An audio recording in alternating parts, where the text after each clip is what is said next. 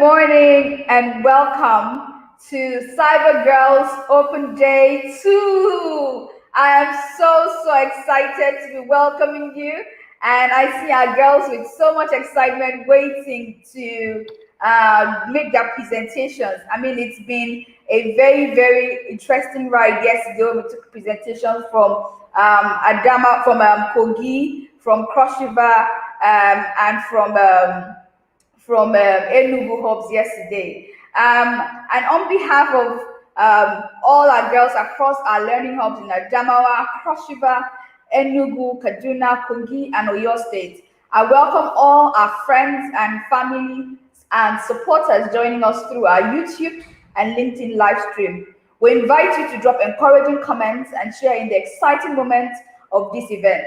We'll absolutely love it if you can share the streaming link you're watching us with across your social media platforms so more people can join us virtually. My name is Confidence Davely, and I am the founder and executive director of CyberSafe Foundation. It is my pleasure once again to serve as the moderator for today's event. Very soon, I'll be introducing you to some really amazing crop of girls that are very resilient and have put in so much work in learning all of the technologies that we're displaying today, and showing you all they have, or some of what they have. But before I bring them up, I want to say a big thank you to our sponsor, Cyber Unit, for supporting us financially all the way from Canada. We can't say thank you enough. Girls, let's give them a round of applause in appreciation. Thank you so much, Cyber Unit, for supporting us. And just before we also start off, as is our culture, we will just need to do the CyberGirls mantra. Okay, so we sing the CyberGirls mantra in a call and response style. Are we ready, girls? Are we ready? Okay. I am knowledgeable, resilient, and excellent. I am knowledgeable, resilient, and excellent. I am a founder.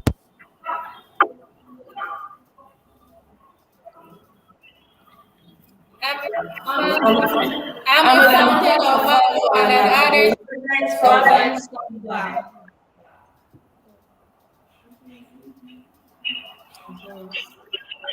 I am a veracious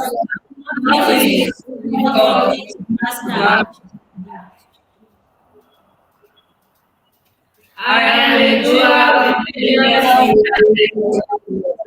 I am the cyber girl. Oh my God! I've been muted all the while. I didn't realize that. Oh my God! So I think we'll just start off from the beginning again. So a very warm welcome to everyone who has joined us for day 2 of our August Open Day, and like all of the girls, I am so excited.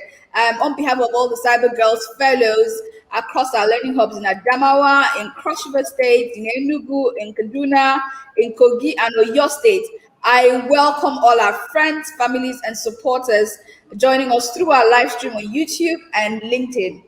We invite you to drop encouraging comments and join in the exciting moment of this event. We'll absolutely love it as well if you can share the streaming link you're watching us with across your social media accounts so more people can join us virtually. My name is Confidence Davely, and I am the founder of CyberSafe Foundation and executive director.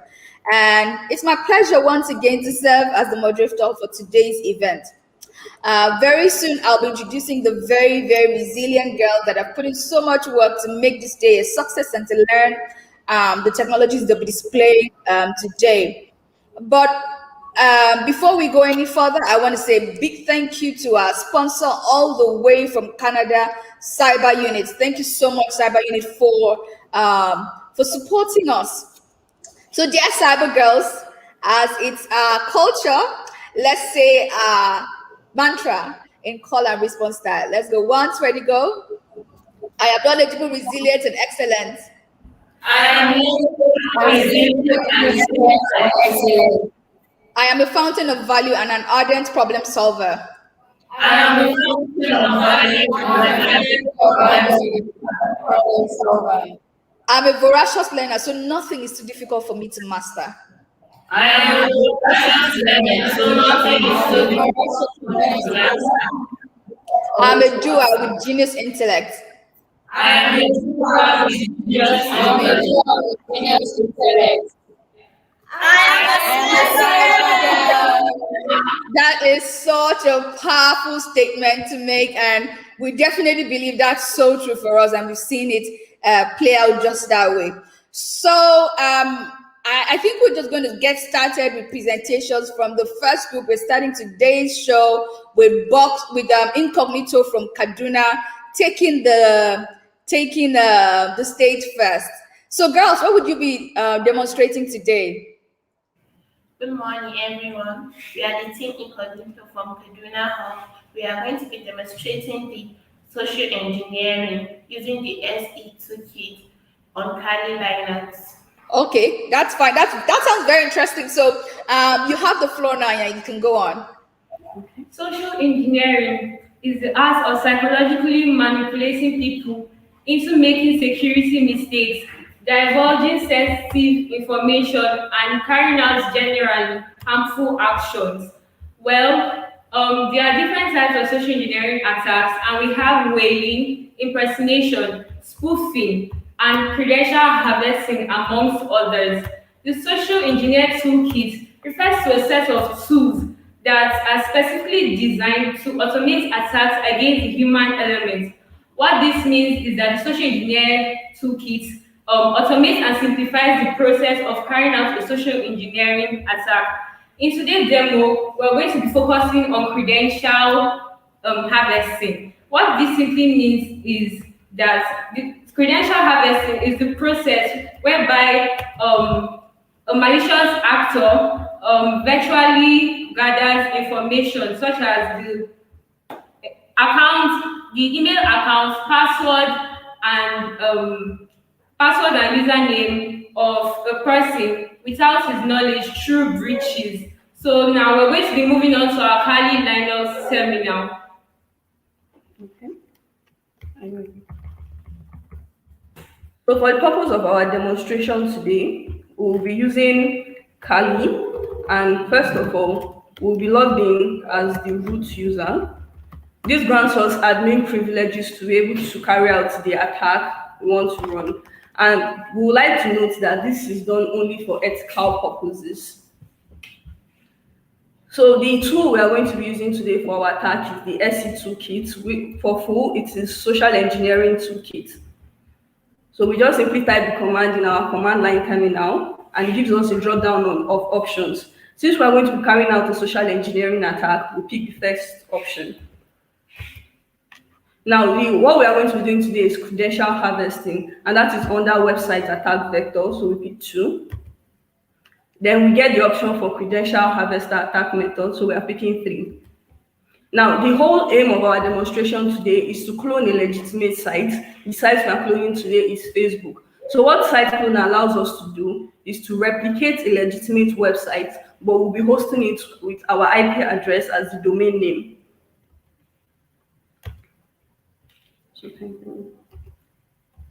Now, the way this attack works is that we have to use a website that has form fields that requires the user to put in certain credentials, such as username, password. That way, once those credentials are imputed, we get them back on our own end. Now, this is our IP address, so we're putting our IP address since we are the host. Now, what this allows us to do is ensure that at the end of the day, once our victim has already imputed their credentials, we get it on our own end here.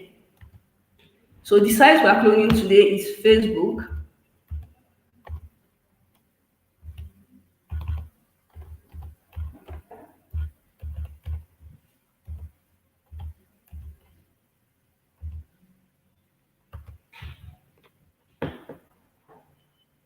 Now we have successfully cloned this site. To be sure that we've managed to clone this site, we type in our IP address in the browser.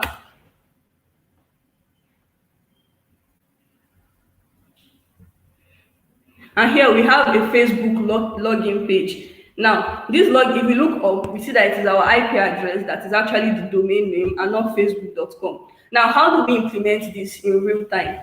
First of all, To implement this in real time, what we are going to do is we are going to first of all shorten the link to make it look legitimate. So we are going to use Kotlin to shorten our link. So what we are doing here is to paste in our IP address. So we have 10.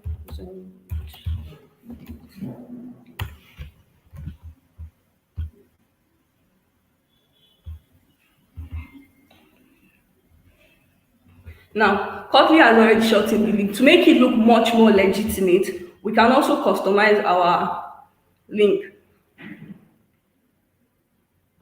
Now we are customizing our link to be a Big Brother Naija link.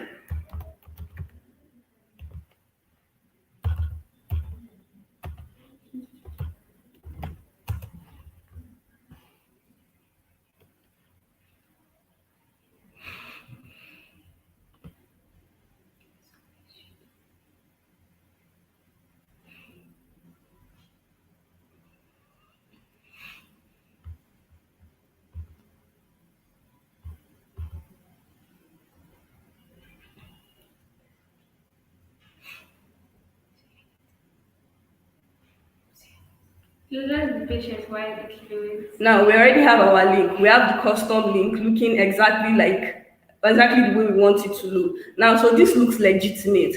To apply it to real life, let's assume we are an attacker and we probably want the Facebook login credential of a particular person. Now, as a part of reconnaissance, I probably checked the person on Facebook. I've noticed the person is very much invested in Big Brother Naija. So I will simply copy this link. Then I'll send the person a WhatsApp message. Now, my colleague here, her name is Mercy. So Mercy receives a WhatsApp message from me. Now, Mercy receives a WhatsApp message from me telling her that she could be the next Big Brother housemate and she stands a chance to win 90 million naira. Of course, Mercy is very, very, very excited at the prospect of being a housemate and even winning 90 million. So Mercy clicks on the link and it takes her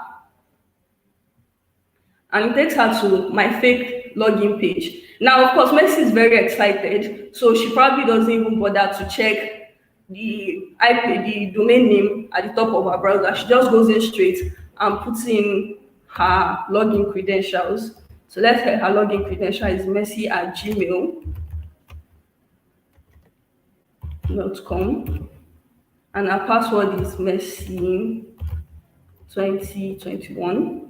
So she logs in. Now what this does is it just automatically refreshes the page and takes her back to the legitimate Facebook login page. Now what Mercy just assumes is probably she has a network issue or there's an issue with the Facebook page. So she just tries to log in again, and this time around she's taken to the actual login page. Now if I come back to my terminal here,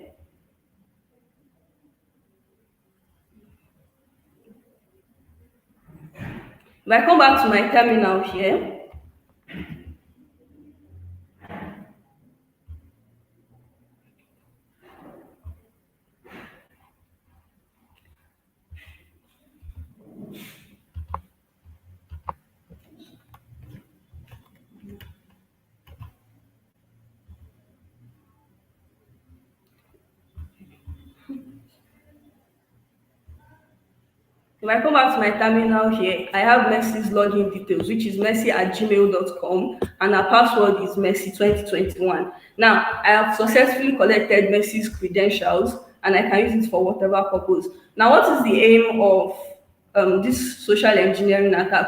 With credential harvesting, once I've gotten sensitive information about my victim, I can do various things. First of all, I can change the password or the login details to her account and hold her to ransom. Down, so she pays me a certain amount of money.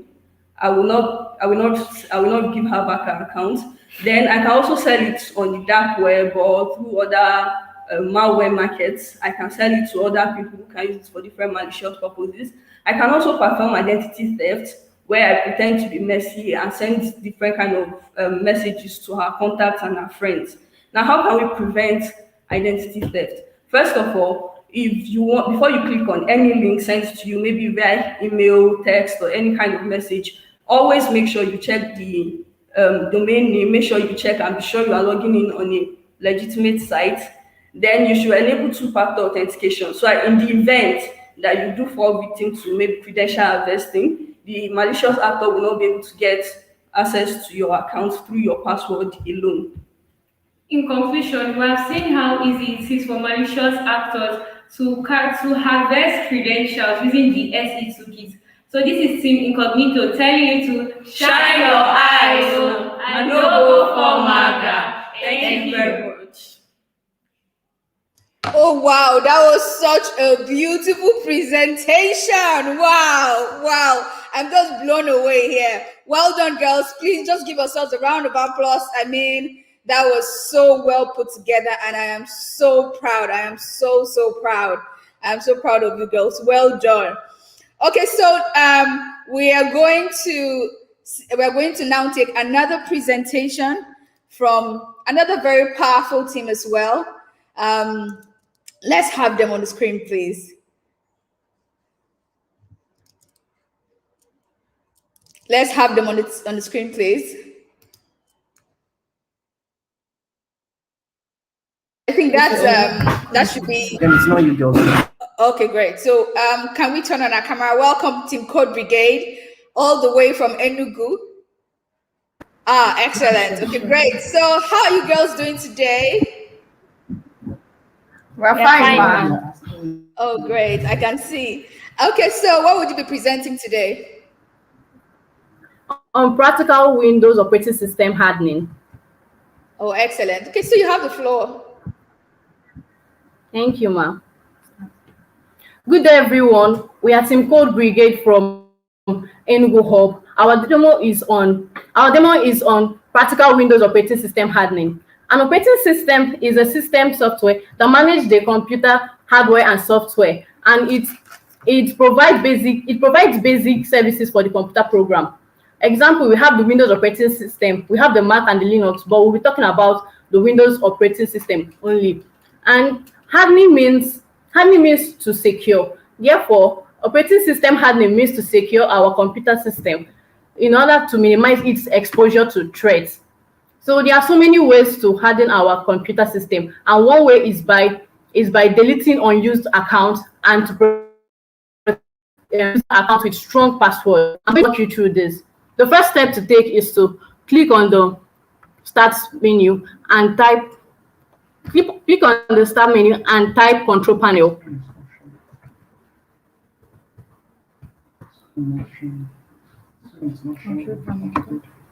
Click on the Control Panel, and then you go to the User Account and Family Safety. Then you go to User Account, click on it. Here you go to Manage Another Account. Here we have 3 users, and then this particular user have not been in use for a long time now. So to avoid hackers going through it, we click on it, click on Delete Account. Then they ask us to delete file or keep file. There's no file there to keep, so I'm deleting the file also. So you delete the account. I've successfully deleted the account. If you notice, this user is password protected, while this user is not password protected. So and you know the dangers of not protect your account with password, because attackers can go into it, because anybody can have access to your computer. So we're going to start right now. So you click on Create a Password, and then you know characteristics of a good password. It must be 8 characters long, and it must have a minimum of one uppercase letter and one lowercase letter, a digit, and a special character. And you shouldn't spell the word in a dictionary. And then they have asked us to type in a hint. I've already put in my password, and then I've confirmed the password. I'm putting a hint for my password. So I'm going to create account now. So I've already created the account. So it's now password protected. My colleague will take you on another way to harden your system. Yeah, another way to harden your system is by disabling some programs that are not in use. By disabling this program, I will type Tax Manager.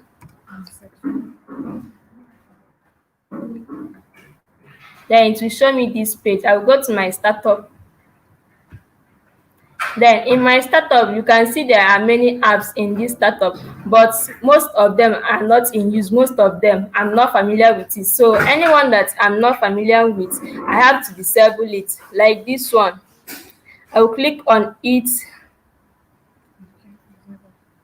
I'll click on it to enable it now. To disable it.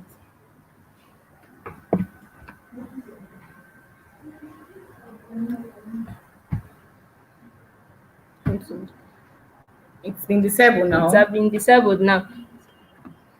So in this startup, it's a potential point entry for attackers to penetrate into one's PC through these startup apps, because some of these apps boot automatically with your system, making your system to boot slowly. Disabling some of these apps will make your system to boot more faster and will make attackers not to be able to penetrate into your system. Please protect your system very well. My colleague will take over from there. I'm going to be taking you all on a very important program. You go to the startup, type control panel in your settings, in your app, this control panel. You click on system and security, window firewalls. For you to turn on your firewall, it's very important, like very, very important. As you can see, my Windows firewall is turned on for private and public network, because a firewall is a network security device that monitors incoming and outgoing device traffic and decide whether to allow or block communication based on how it is configured. Always remember to turn it on. I'll be taking you guys on another important ways of securing your system, which is you go to the startup menu,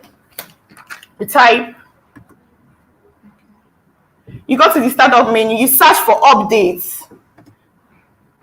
Windows updates is very, very important. You need to be updating your system so you don't fall maga.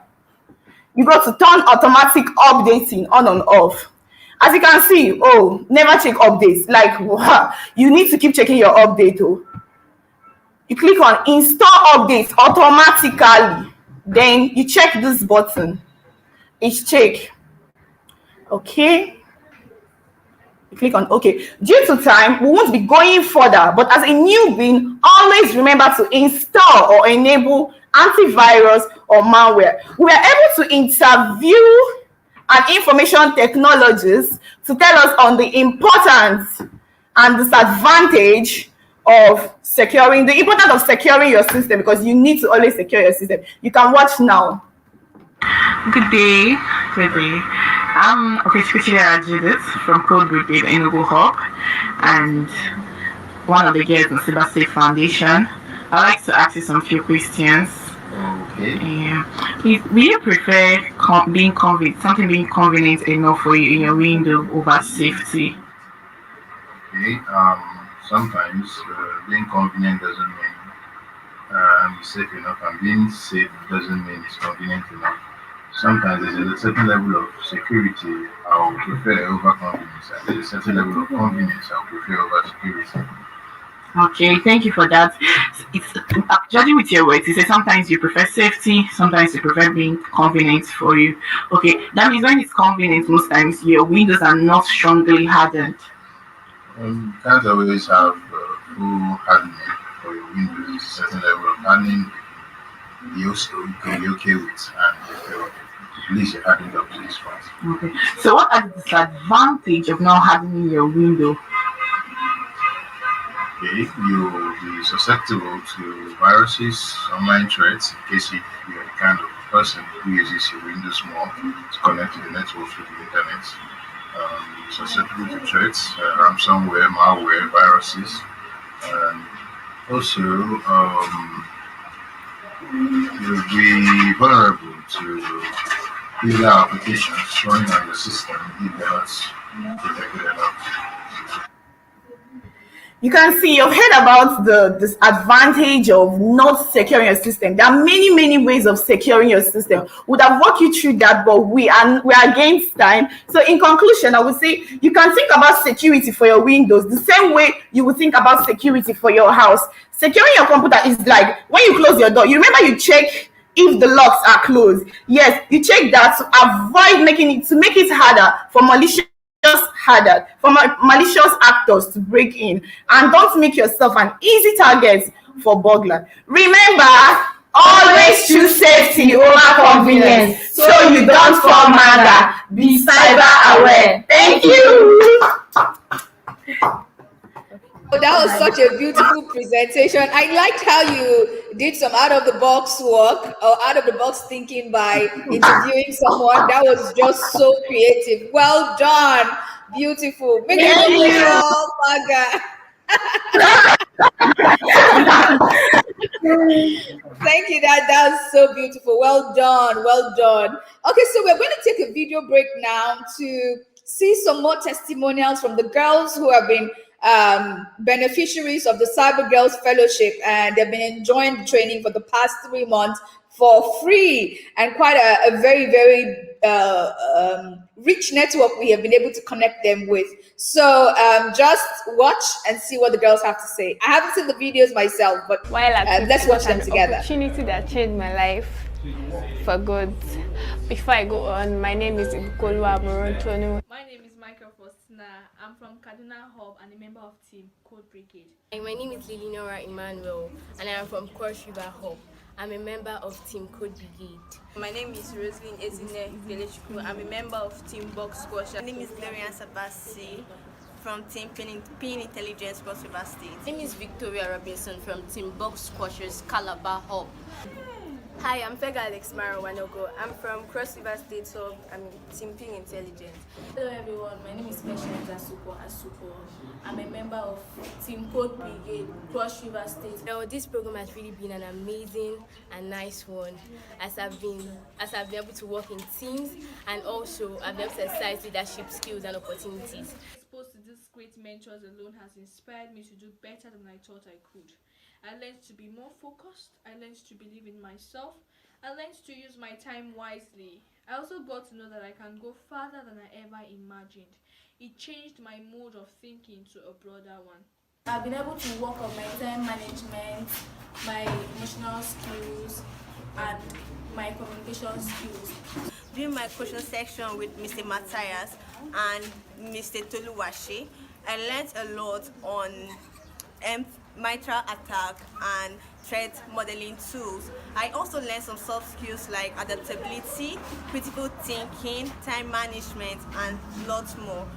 I'm able to learn about password safety measures, internet safety measures, and how to be a good cyber citizen. I've been able to improve my time management skills and my critical thinking and decision-making skills as well. I've been able to learn hands-on threat modeling and mitral attack. And also I've been able to learn digital literacy and cyber awareness, where I got to hear about spoofing, phishing, vishing, and smishing. I can identify some threats, some vulnerabilities, and I can help protect others from it. We started a coaching session where we learned how to use Kali Linux to run command, automate network reconnaissance using Nmap and Bash, and practical social engineering using HT-Track, GovHish, and SetToolkit. It has been so challenging and same time interesting.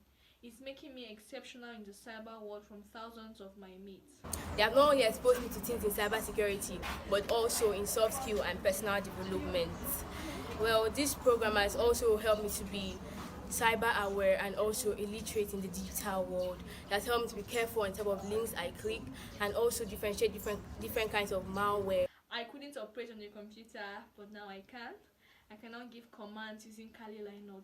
I'm enjoying every moment of the fellowship, and I look forward to learning and doing more with the fellow girls and the CyberSafe Foundation. Thanks CyberSafe Foundation very much for investing in me. Thank you CyberSafe for the opportunity, and thank you the partners of CyberSafe Foundation for investing in me. Thank you. Oh my God, that was such a beautiful set of testimonials there.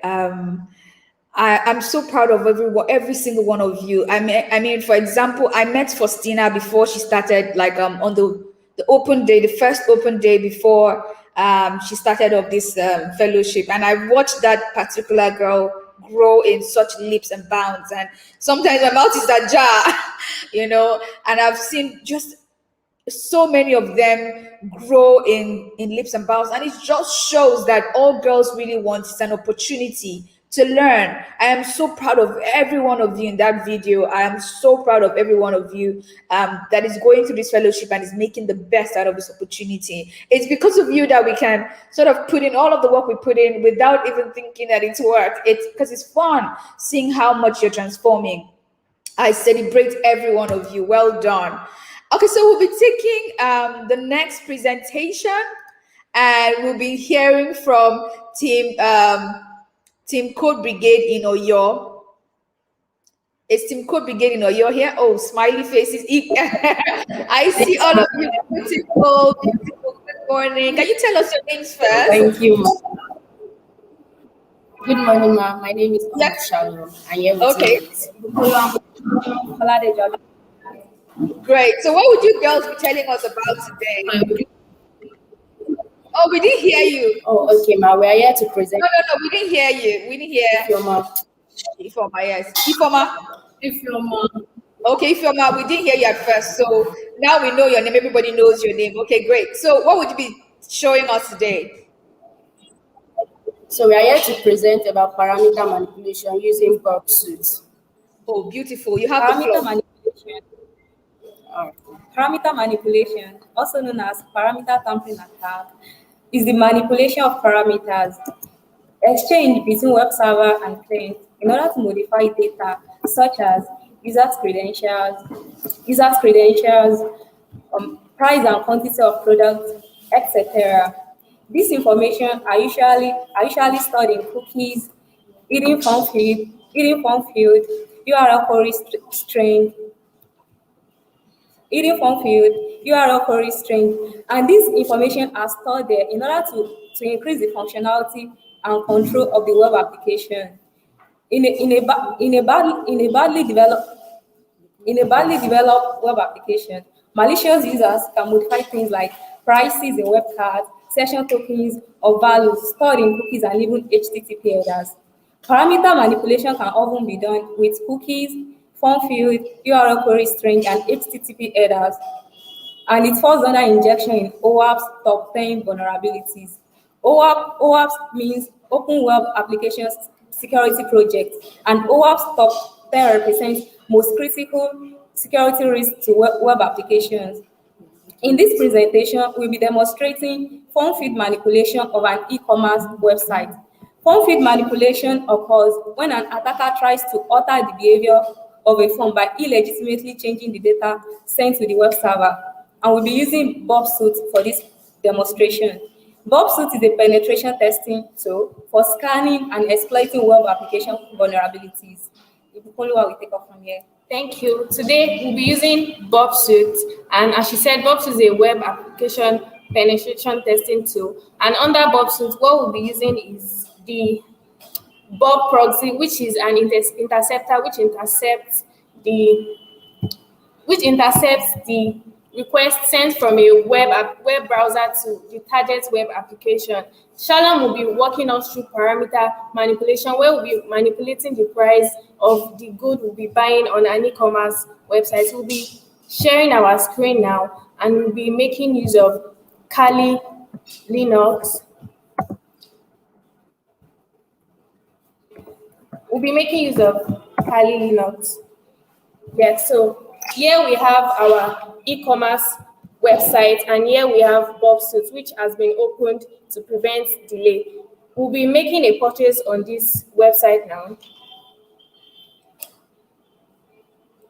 We're making our purchase now. We're going to be making our purchase just as we all do on other web applications. The purpose of doing this is to highlight the vulnerabilities in web applications that can be exploited by malicious users to their own advantage. Doing this would make us see what would make us see what vulnerability can be exploited to enable with the cybersecurity experts to enable us patch it. So we'll be paying through PayPal, and the amount to be paid is supposed to be $309 as seen here. Please permit PayPal to load. Scrolling down, thank you. Scrolling down here, we can see that the amount to be paid is $309. So we'll be going back now and making use of the Bob proxy, where we'll be switching on our intercept, which is going to intercept our request, and we'll be able to manipulate and tamper with the amount there. So we'll be clicking on PayPal once again. Here we can see the request, which contains the parameters, and we are going to be editing the price here. This is the amount, the quantity. We can do as much as manipulation we want here. So we'll be changing the price here.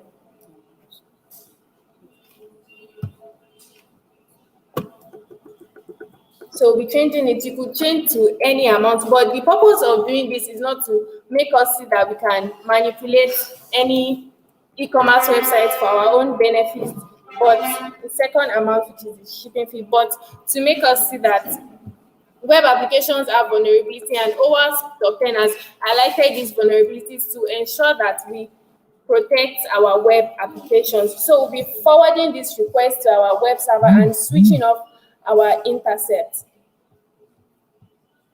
As we can see here, PayPal has reloaded, and our price has changed to $16. How amazing. You could actually want to do this on any of your web applications. Yeah, right. We all probably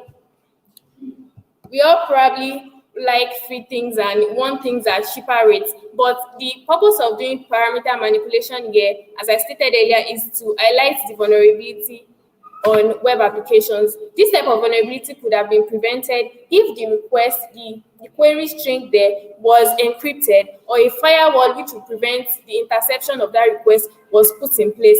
Hence, we thank you, and our conclusion, we thank you. Thank you.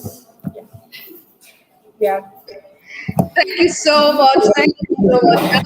That was beautiful. Well done.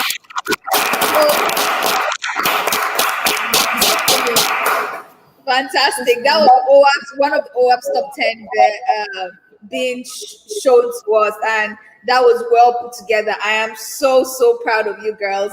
Well done to every one of you. You can take a bow now. So up next, we'll be having Team Bug Squashers Kaduna, and I don't know, are they here? Is Team Bug Squashers here? Please come on the stage and tell us what you're going to be presenting about.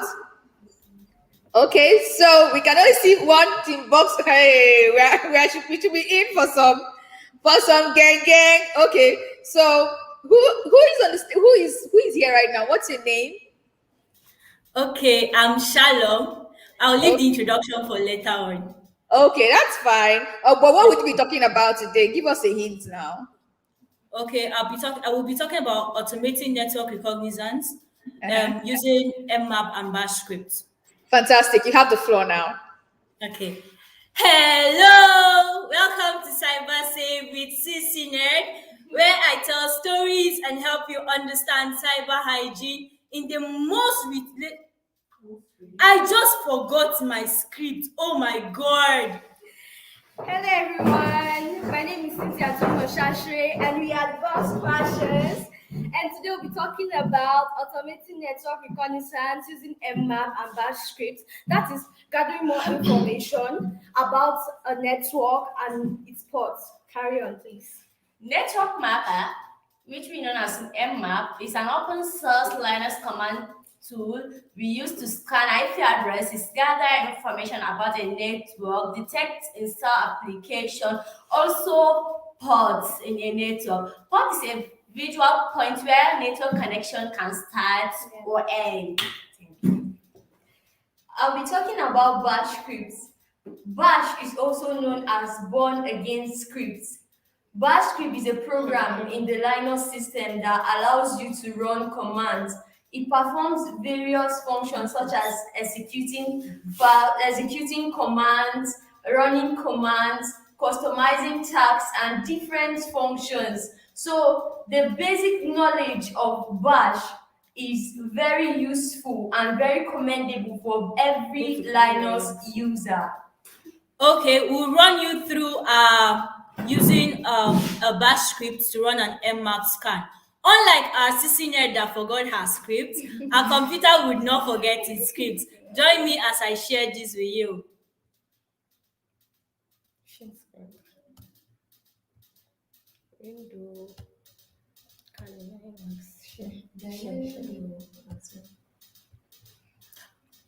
Okay, right now this is just a terminal. I'll be showing you my bash script now and running you through my bash script.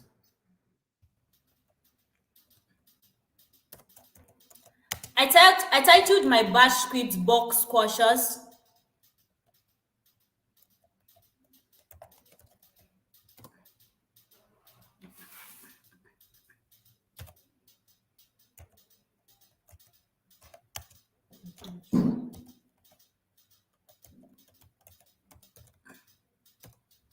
Okay, this is my script. Please join me as I go through with you about all of everything that is in this script. The first line here is what we call the shebang or the hash bang. It contains the hash and exclamation mark followed by the path to the interpreter of the script. Now, the interpreter here is the bash. The second is what we call the comment. That is every statement after a hash. So wherever you see a statement after a hash, we call it the comment. And the command line is not going to run this comment. In this comment, we say add color to the shell output. The next is red. Red is equals to these numbers. Now, this number is a default for red. This is actually this is a variable. It's saying wherever there is red, it should show red color just to beautify our script. The white is these numbers are default numbers for white, while this is a default number for no color, as you can see here. Now, it's saying it should echo this message. It should run this script as sudo user. So whenever I'm running this script as sudo user, it echoes. And don't forget, it echoes with this color, red. The next is another comment, and it's an if statement. It's a conditional statement here. If there is a current file from a past run, then copy it to previous. It's saying if I'd run this script before, then it should copy, and it has created a file, then it should copy the file that it had created to previous, so there is no repeat. Now, from then to this fi sign, which is fi, that is the opposite of if, it runs if this condition is not met. The next is as another if statement. If no IP address is detected, that is, if I don't put this command, then it should echo this. It should echo your command line is wrong or is incorrect, and you should also give me an example of how to run it. Okay, the next is also another comment. It's saying run mmap. This is when I'll be running my scan, and it's saying this scan commands can be edited here, but for this scan, I'm going to be using this command. I'm going to be using mmap -st. ST stands for run a TCP scan. -AL is saying it should run an OS detection scan, a service scan, and a script scan. Then this is where I'll put in my IP address. Then -OA is saying output this result of this scan into this file. Please don't forget, output the result of this script into this file. -V means verbose, and verbose means that as it's running this script, it should show me the result. As it's running, it should keep showing. This is another comment. If there is no previous file, then there is no point running ndiff. That is, it should check for both files and see both previous and current file and see if there's any difference. Then if there's any difference, then it should check it and store it for me as nmap current. So we'll run our script now. All right, to run any script, we must change that script into an executable script. And for us to change it, we have to use this command, hit change mode, then plus the X, that is executable, then with the name of the scripting, which is the bug squashers. Enter. Now we have made this box squasher scripting an executable one. Then we have, for us to be sure that it's an executable one, ls, then dash l, then the name of the file.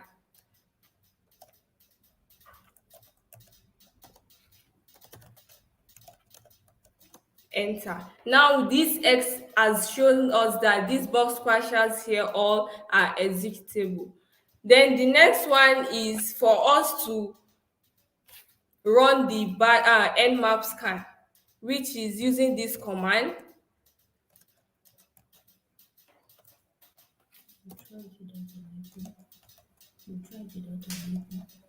We are going to first try it without an IP address to see how it runs.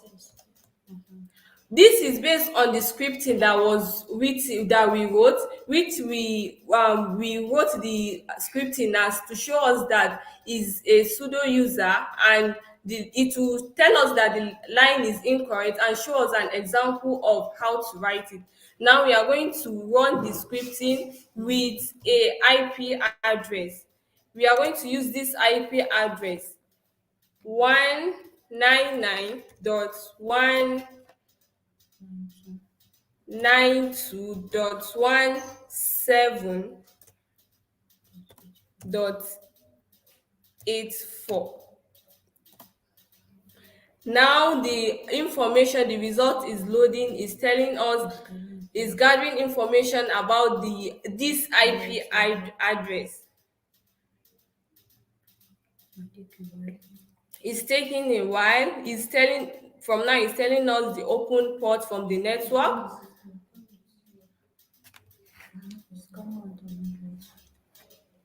Total is going to scan 1,000 ports, but for now the information are loading on the open ports there.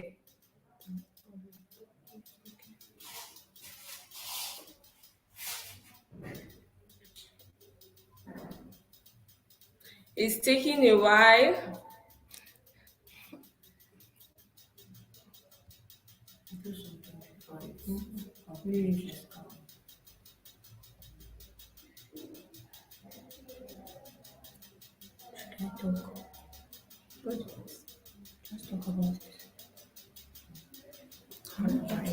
Okay.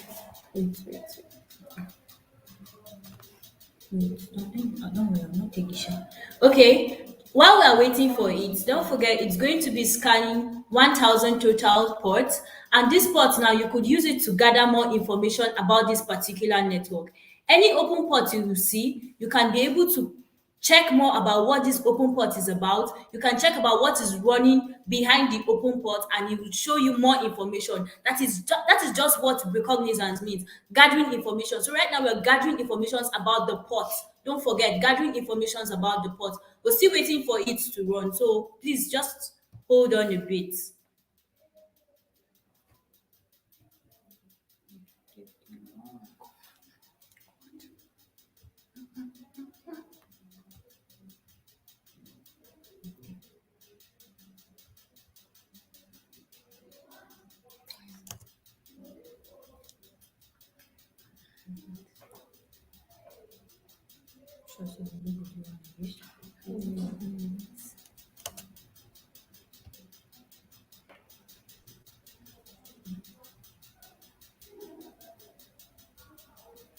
Some seconds. 16 seconds remaining. Okay, you can see how many seconds are remaining for the scan to load. It's saying 18 seconds here, so you just give us 18 seconds for it to run.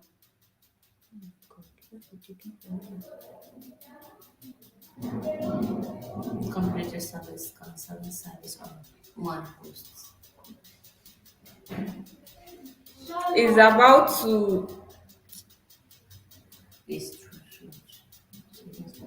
Yeah.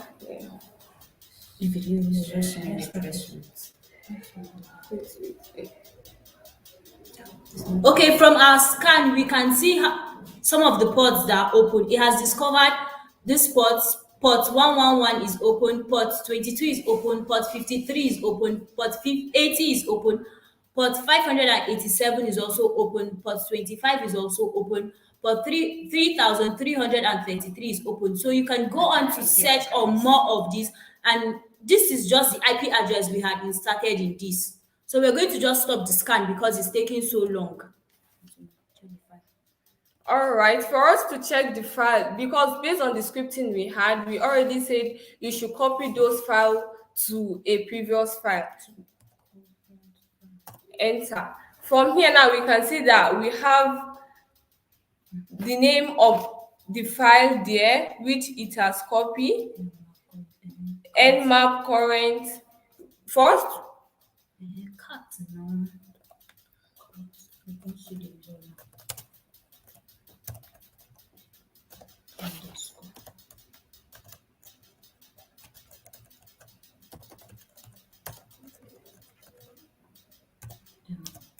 nmap, this is the name of the file in which he has saved it. Okay, this is just telling us that the scan initiated as at this time was put into this file. Thank you very much for staying with us. That was such a beautiful presentation. I really liked the intro, and I'm sure a lot of people are just saying that in the comment section. And I really saw that you did a lot of working together, and everybody understands what's happening behind the scenes, and you've shown us your knowledge with scripting and everything. And I am so proud of you girls, your understanding and your ability to deliver, to tell us what this is about. This could be Spanish to just about anyone, but you're breaking it down, which shows understanding. Well done. I'm super, super proud of you girls. Go on and shine. And I just want to say a very big thank you to your coach. Say your coach's name and say thank you. Yes! Now, Mr. Mo, thank you very much. Thank you. Mr. Ennis, thank you very much. Thank you. Fantastic. It took a village to raise these ones, really, literally. And they had 2 coaches in that hub. Thank you so much to our coaches. We deeply appreciate you, and we see the hard work you're putting in. We deeply, deeply appreciate. Thank you so much. So we're going to take a short video again to just show us a couple more testimonials. I think the testimonials coming up next. Enjoy and see how the girls feel about this fellowship. Capita from Incognito Group Enugu. Right from when I was a little girl, I always loved learning new skills. Ooh, that was such a very, very telling testimonial there from our fellow in Enugu. There's so much that these girls have been going through and working on to get to this stage where in month 3, they're literally they're literally few weeks shy of being halfway into their training. That means they're not even halfway yet, and we are having this kind of results. So that shows you that they've been going through quite some very rigorous training. Some of it doesn't look like it's training, but it is training. For example, the Cyber Friday, where they come together, she's mentioned, they come together and discuss something that's happened in the cyber world to keep abreast. We all know as cybersecurity professionals how important that is, keeping abreast and learning from different attacks. And yes, these girls are currently doing that and gaining these new habits. And I'm so, so proud of all the girls are achieving for themselves in this time. So right now we're going to be making welcome one more team from Kaduna. And we're going to make you welcome Team Pink Intelligence. Please, let's give them a round of applause. Team Pink Intelligence, welcome. Oh, I see you girls. You're not smiling now. You're just frowning. What's happening? You're tight in your face. Okay, now I see the smiles. Beautiful. So relax. Okay, I'm doing that so you can relax. Breathe in, breathe out. Whatever you need to do, you're going to ace this. Great stuff. So what let's meet you. What are your names? My name is Esther Omolara Hamzat. My name is Miriam Komoshashire. Fantastic, Miriam, and Esther. It's such a pleasure to have you here. So, what are you going to show us? What are you going to tell us and show us today? We're going to be automating a phishing campaign with GoPish. Oh, fantastic. Okay, let's see what you have. So good morning, everyone. We're going to be discussing about how to automate a GoPish attack automating phishing campaign with GoPish. So my colleague here is going to introduce us to phishing, and then we're going to go straight into the demo. Okay, so phishing is a social engineering technique which uses email to pose as a trusted source or a trusted known source to harvest information and personal credentials of individuals. So GoPhish is an open source program, which means it is free for anyone to use and it's available for anyone to use. So it is used for creating phishing campaigns for the desired targets. So just like my colleague has said, the GoPhish is an open source framework which can be used. So the GoPhish was designed in a way that it can be used by a CISO of an organization to conduct a phishing attack on its employees. Like you don't have to wait until a hacker hack the company before you start to educate your employees on phishing. So the GoPhish was designed to conduct this campaign to test them and educate them more on how to avoid phishing attack, because it has been discovered that 1/3 of the data breach that happened has to do with phishing. So we're going to go direct into our demo where we'll be using our Kali to connect to our server. So we're going to log into Akali. Okay, sorry, let me share my screen. So we're logging into Akali. The only reason why we're logging into Akali is to connect to our server. And we've done that already because of our time factor. We're just going to write out this command, SSH root at our IP address. So this will take long to launch, but we've run this command already. So directly we're going to go to our browser. We're going to navigate to our browser. And in our browser, we're going to open a new tab and just type in our IP address. Our IP address, we enter. This is our IP address. We're going to enter. So once we enter, it's going to take us direct to the GoPish framework, as we can see here. So by our left-hand side, we can see the sending profile, the landing page, the email template, the user group, the campaign, and the dashboard. So first, we're going to start with the send. We've started already. Sorry, I want to share my screen. Sorry.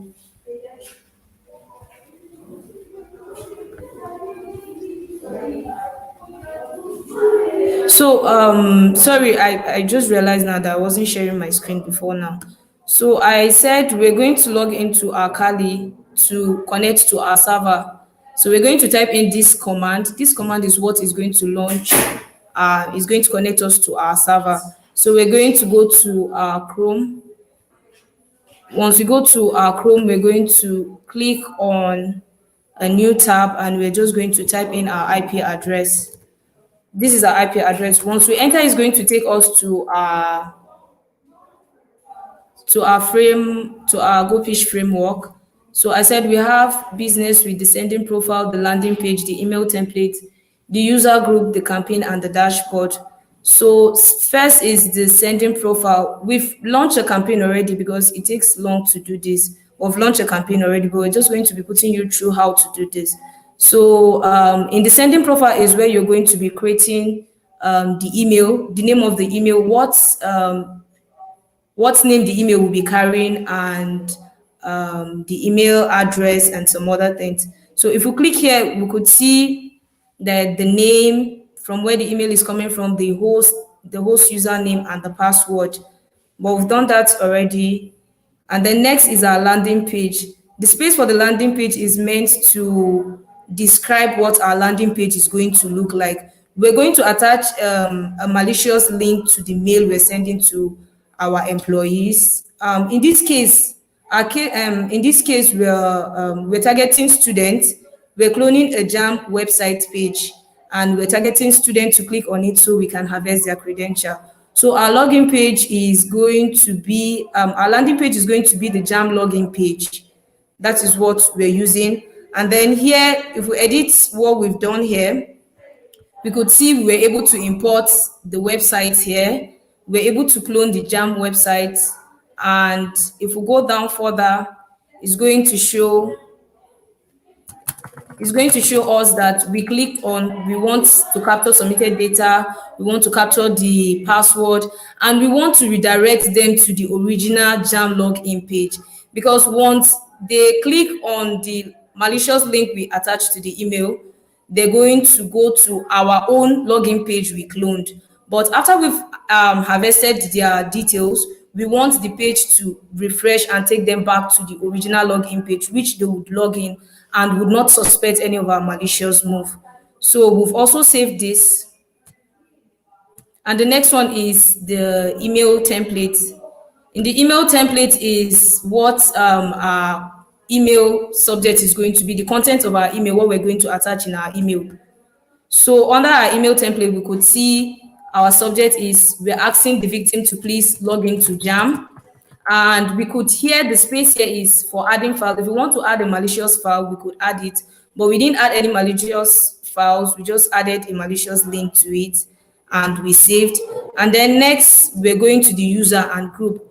In the user and group is where we're going to be adding our victims' email accounts to, where we're going to be adding the email account we want this malicious, this phishing mail to be sent to, the account we want this email to be sent to. So we could see we added 2 emails account here of 2 students. We want them to receive this malicious image, this malicious email.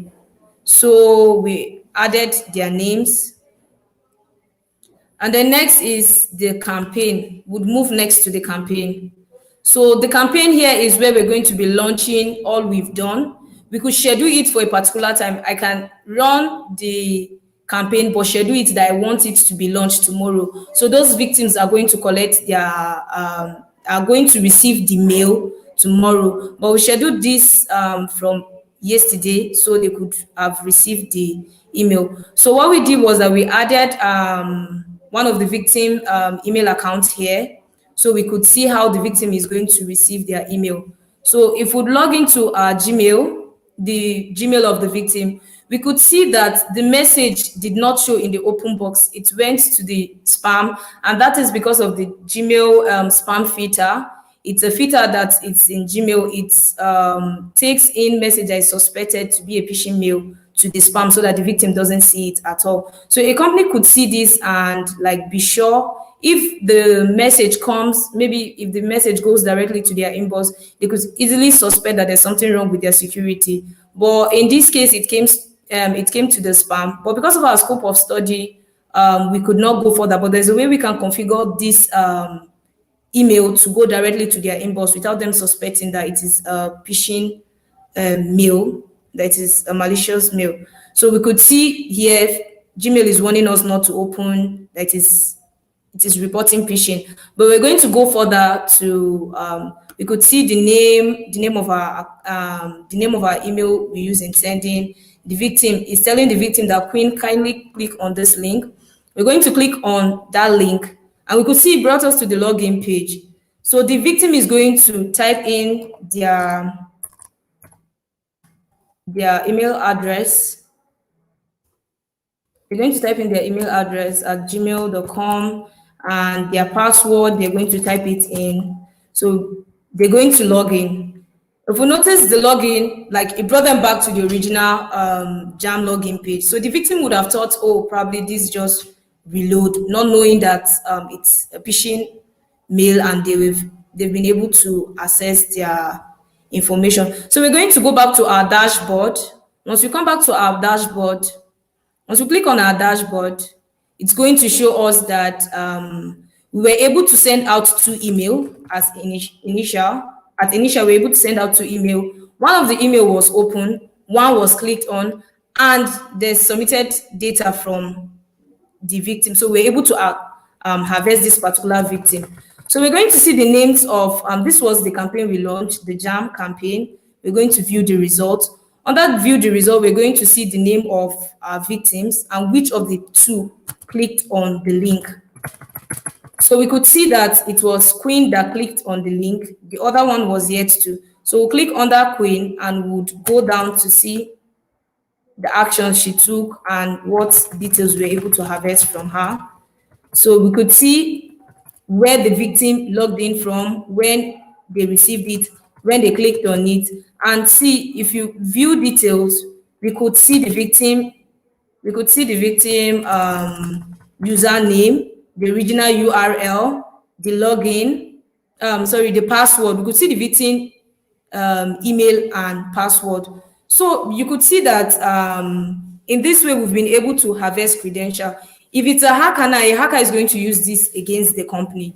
But for the CISO of the company, which is the security officer in that company, is then going to call the employees together and share with them that phishing is a very dangerous attack to a company, and if it happens, it is something that is going to bring the company down. So, but if he's able to tell them, enlighten them more and more, and educate them on how to avoid this phishing email, then the company could be in a good time. So it is advisable that a company use this tool to hack its employee to know if they're getting better in their phishing techniques or not. Thank you very much. Thank you so much. Thank you so much. I mean, that was very practical and very relatable. How you took something that we all know in Nigeria, which is jam, and showed us the context of how you can target and showed us the whole pipeline of things. I really like how well put together this presentation was. Well done, Team Ping Intelligence. This is so admirable and something very, very nice to watch, that you know this much and you were able to talk us through the possibility of configuring this in such a way that it would actually not land in spam but will land in the inbox. Well done. Let's give them a round of applause. Fantastic. Well done, girls. Okay, so we are going to be going next to yet another powerful presentation. We are going to be welcoming box questions. And I forgot to mention there that also, please, girls, can you come back on and just say thank you to your coach? Team Ping Intelligence, come back on and just say thank you to your coach. Tell us about your coaching session. Mr. Mo is an awesome person. All thanks to Mr. Mo. He's very patient. Yeah, and you had another coach, so also acknowledge that coach. We say a very big thank you to Mr. Toby too. We're grateful. Thank you. Yeah, thank you so much to our coaches. We deeply appreciate all of the hard work you put in teaching these girls so far, and look at what they're able to do now. Thank you so much. So we're going to have our next team come up now, and I mentioned earlier that this is Team Box Squashers from Enugu. Team Box Squashers from Enugu, are they here? Where are Box Squashers? Okay. Okay, great. We can see that. Okay, so tell us your names and what you're going to be presenting about today. Okay. We are Box Squashers Enugu, and we're going to be presenting on the topic practical steps on hardening your Windows OS. Great. Now when we talk about, what's your name? I don't think you told us your name. Your names. Okay, I'm Wachukuma Velos Chamaka, and with me is Blessed Chukuma Olichu. Okay, great. So you have the floor now. You have the floor. Okay, we're going to be talking on the topic practical steps on hardening your Windows OS. Now, when you hear about Windows OS is like Windows operating system. OS is the short form for operating system, so it's not that difficult. And then when we talk about hardening Windows OS, we're talking about configuring your operating system settings so that it will be difficult for the attackers or cyber criminals to gain access to your operating system, whether in the workstation or even your personal computers. Now, we're going to be talking on some methods, some steps to harden your Windows OS.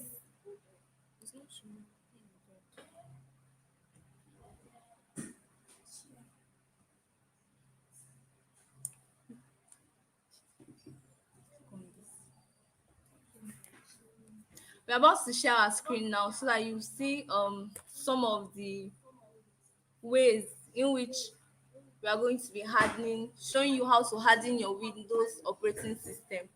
Now, these are some of the ways we've listed here. There are many other ways to harden your operating system. One of them is disabling automatic login, configuring Wi-Fi settings, setting a password using a screensaver, disabling remote access, configuring your privacy settings, enabling Windows firewall. So I'll hand over to my colleague now to show you some of these steps.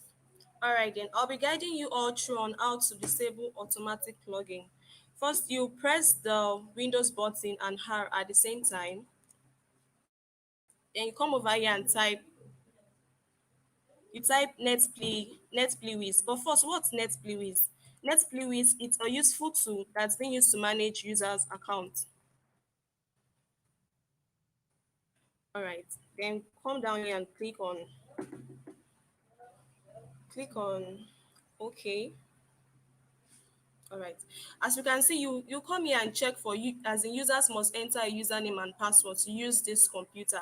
Mine is checked already. So, but if you want to check yours, you come here, then you create a username and password as the admin. Then after that, you click on apply, then OK to make your operating system secured. Another way to harden your operating system is by configuring Wi-Fi settings. You come down here on the start menu, start bar, click on settings, then you come here where they wrote network and internet. Then you click on your Wi-Fi here. As you can see, mine is already connected to the one in the up, but if I disconnect it, I won't be able to communicate with you all using this StreamYard. But if it shows suggesting hotspots, you just have to disable it because public Wi-Fi sometimes could be harmful to the users because hackers can make use of it to gain access to your system. Another step I'll guide you all through is setting a password using a screensaver. Okay, come over here, click on settings, then come to where they wrote personalization. You should also bear in mind that we are dealing with Windows 10. Then you come over here where they wrote lock screen. You click on it, then scroll down and click on screensaver settings. You click on it. Then you will see the time duration for it. So it's advisable for users to go for one for your own safety. Yes. Then you click on OK, and that's it. So our advice, disabling automatic login is very important, like is the key because most users they are fond of using automatic login, and which is very bad because it could make your operating system vulnerable. So I have to hand over to my colleague to guide you through the next Okay, I'll be step. taking you through the remaining three. And then the fourth one is disabling remote access.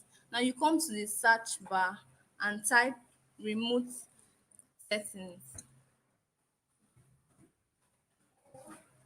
Now you see the remote desktop settings. Click on it.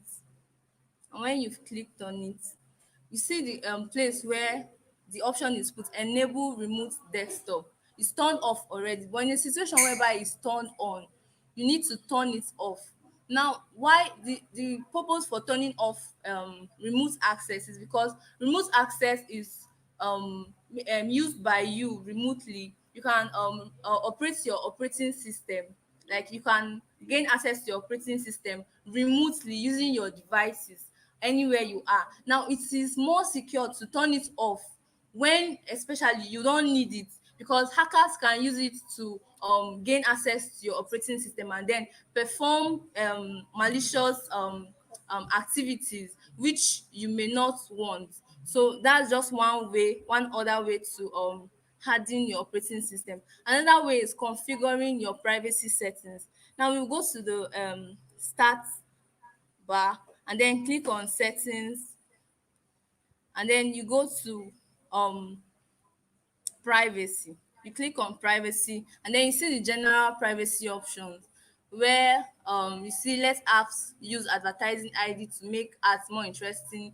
To be more safer, you turn it off. Here on this system you can see that it's already turned off. You see the second one, let website provide locally relevant content by accessing your language list. You turn it off because you don't want websites bringing on annoying pop-ups because they have access to your language and then begin to provide relevant content. You turn it off. And then the other one, let Windows track app launches to improve start and search results. You also turn that off.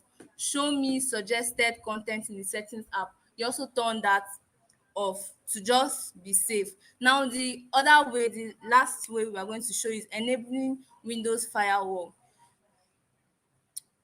To enable your Windows firewall, you have to go to the control panel, but where we can't find the control panel easily, you can just type it in the search bar, control panel, and here it is.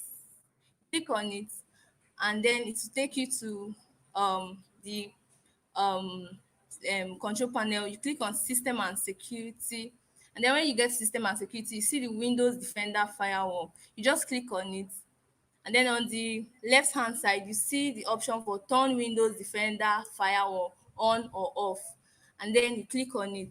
Now in a situation where your Windows Defender firewall is not turned on, you have to turn it off and turn it on. Here you can see that it's turned on, it's not turned off. So we just click OK. Now this is just 6 ways out of the many ways to secure your Windows operating system. And I'll hand over to my colleague now. All right. After all this being said, the purpose of hardening your operating system is to protect yourself, not only that, your data, and also the businesses, firm, and organization you work for. Ensure you keep your operating system secured. Thank you very much.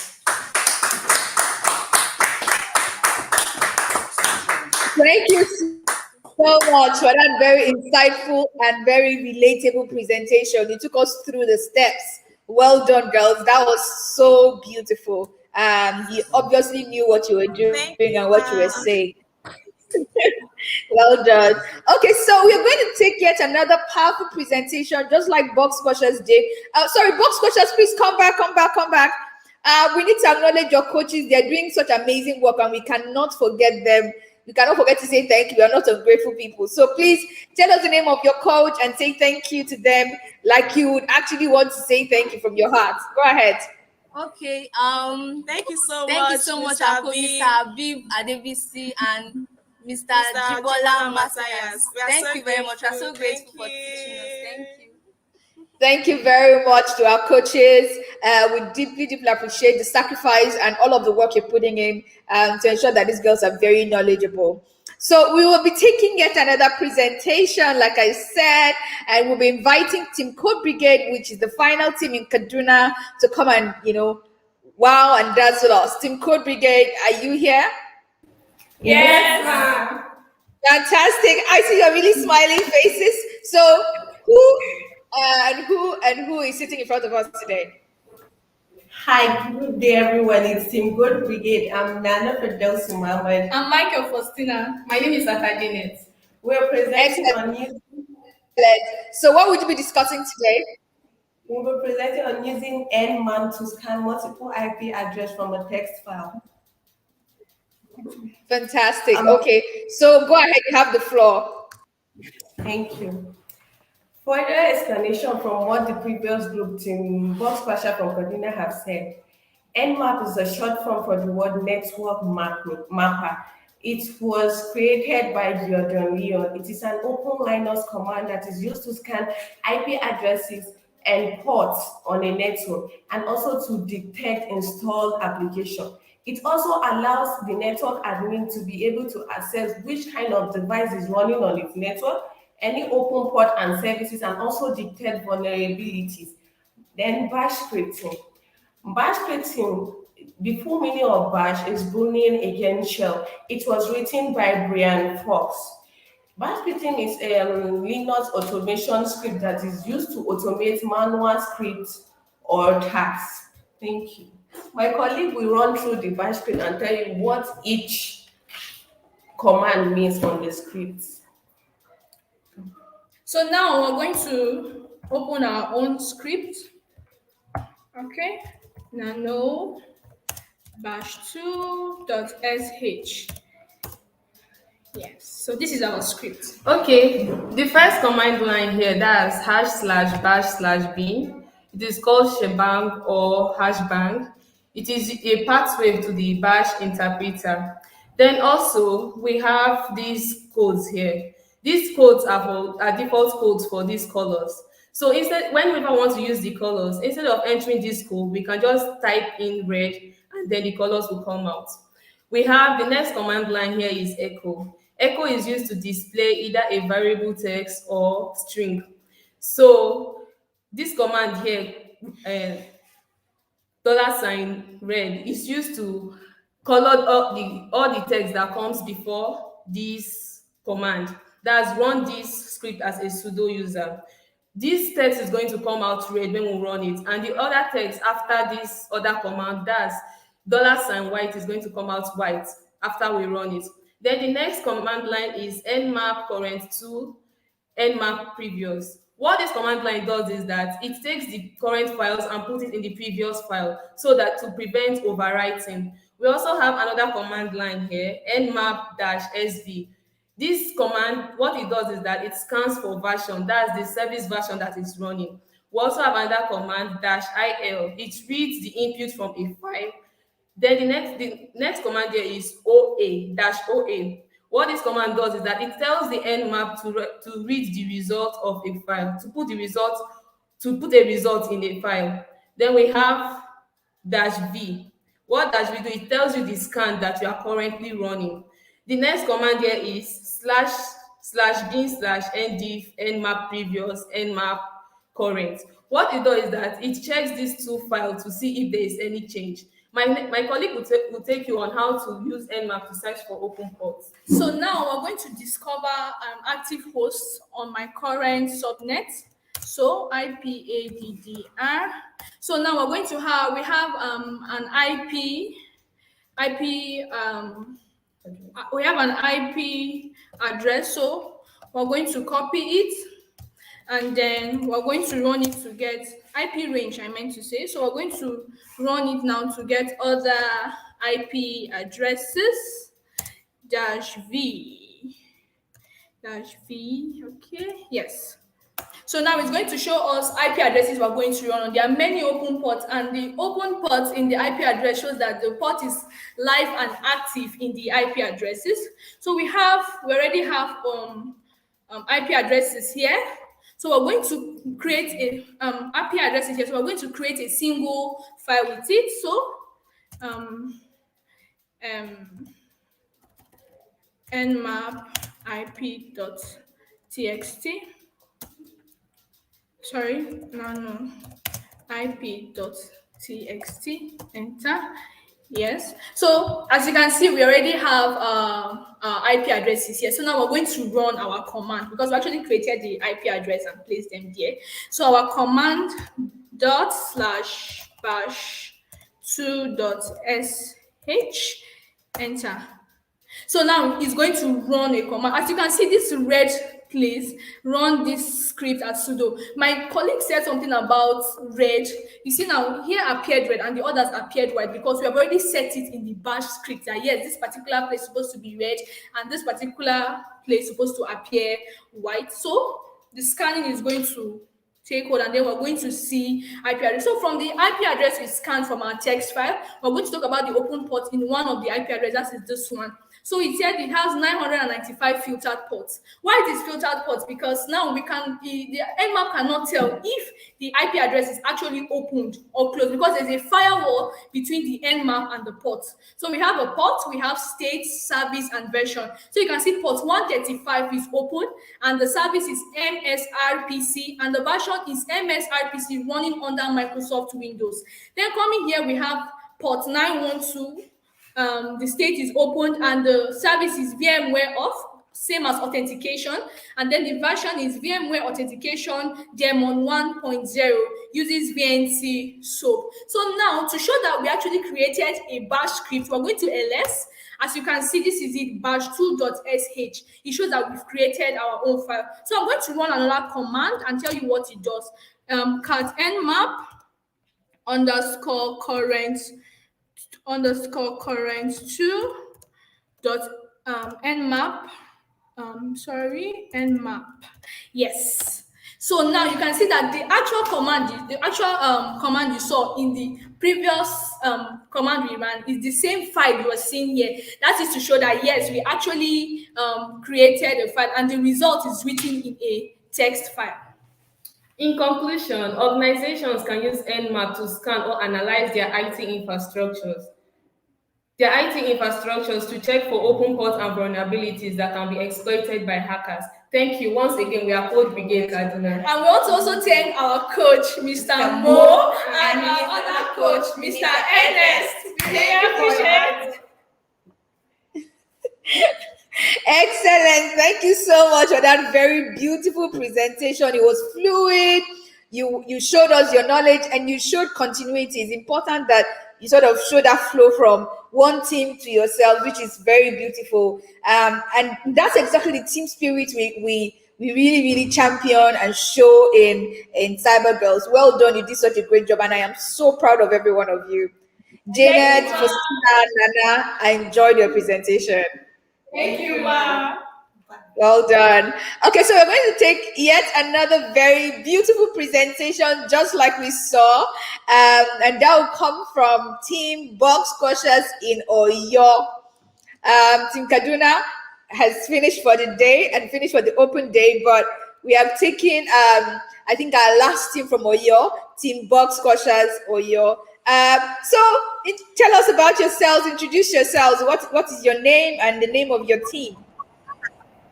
Good morning, Ma. Good morning. Good morning. I'm Toluwashi Abiodun. This is Boss Crashers Oyo. And here with me is Lauren Femi Itsunoluwa. And I'm Daniel Shalom Praise. This morning we'll be talking about the OWASP top 10 vulnerabilities, and we'll be exploiting one of the vulnerabilities, the second vulnerability, which is broken authentication. That sounds very interesting, but I want you to relax, okay? That's why I'm actually chatting you up. I want you to relax and really just enjoy yourselves as you're doing the presentation, okay? So you have the floor now. Yes, ma'am.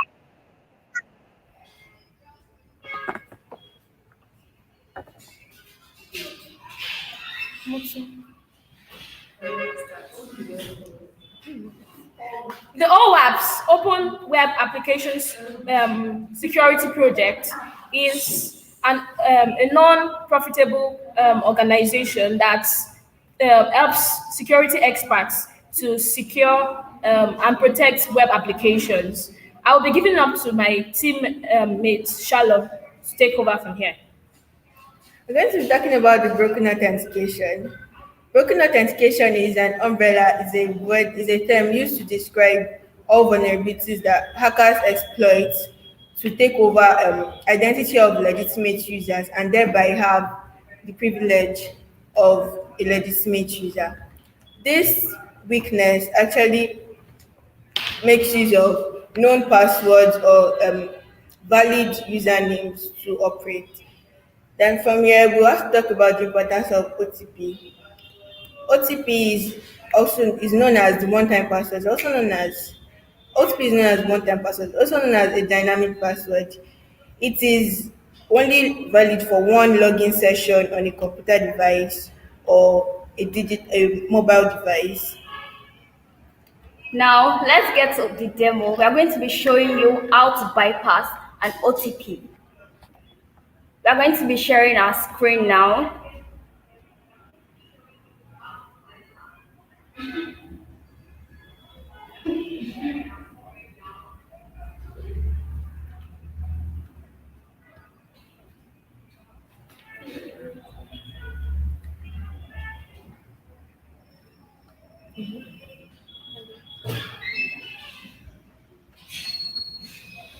Okay, we are opening our Kali Linux.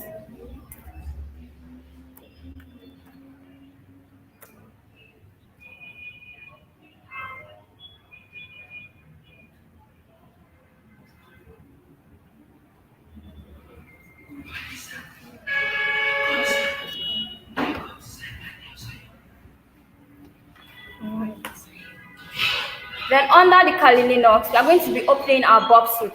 Our Bob Suite is an integrated platform used for performing security testing of web application. It has tools that work together, that work seamlessly together to analyze attacks and to exploit security vulnerabilities.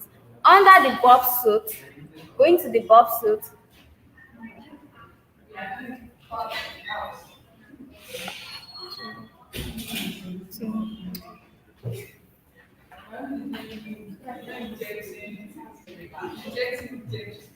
okay.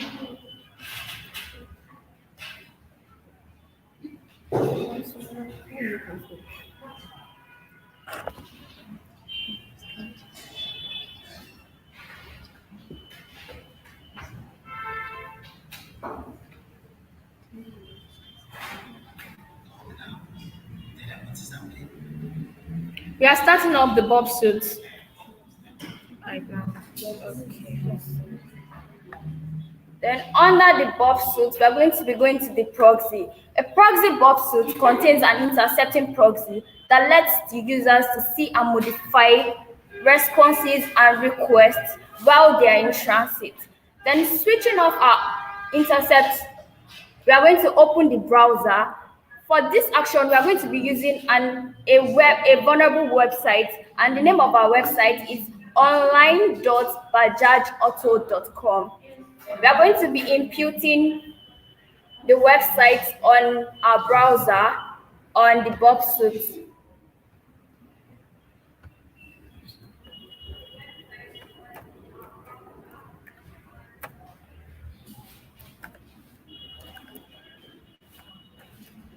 Don't forget, you are supposed to switch off your intercept before you log into the vulnerable website.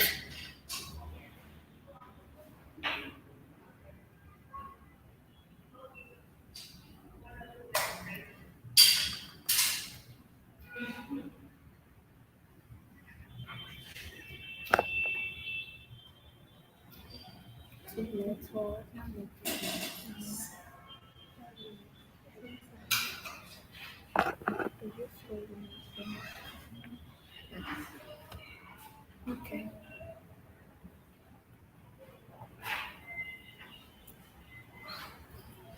Okay, we are on the website right now. We are going to click on login. Then we are going to be logging in using our OTP.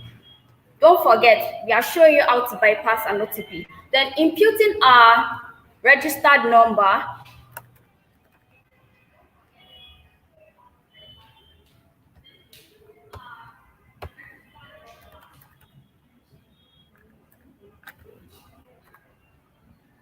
We are going to be clicking on send OTP.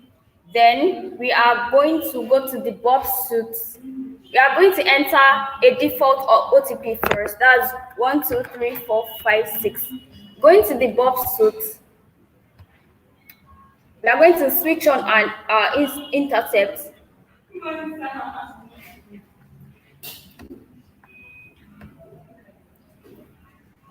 The intercept tab displays individual HTTP requests and responses that has been intercepted by the Bob proxy for review and modification. Then here we are going to forward till we see the number.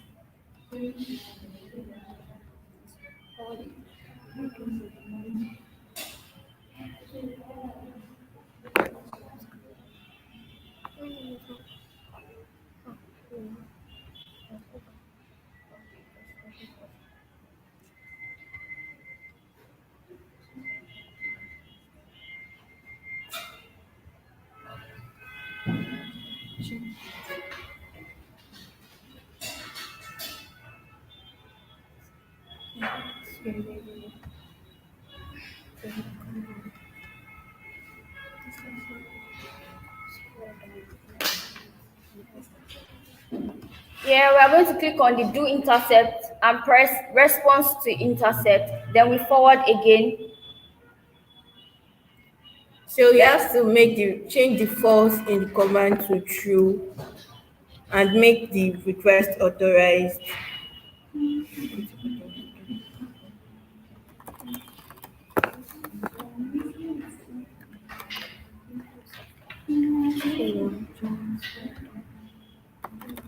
Change the status code 200 to 200.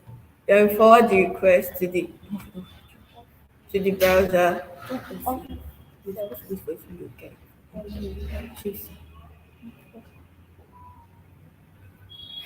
See, I told you, chill. You're not supposed to forward it. See, let's say that you want to start the process. Say you want to start the process. Sorry. It's okay.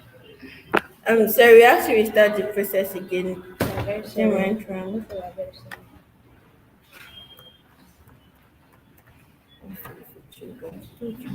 That's what happened yesterday.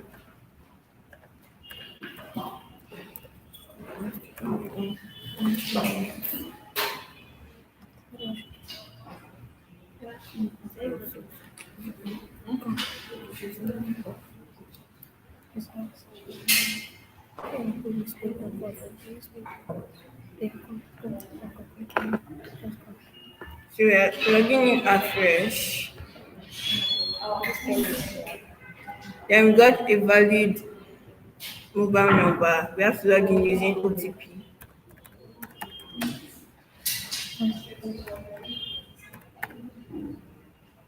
Then you press 5 for press. Then send OTP.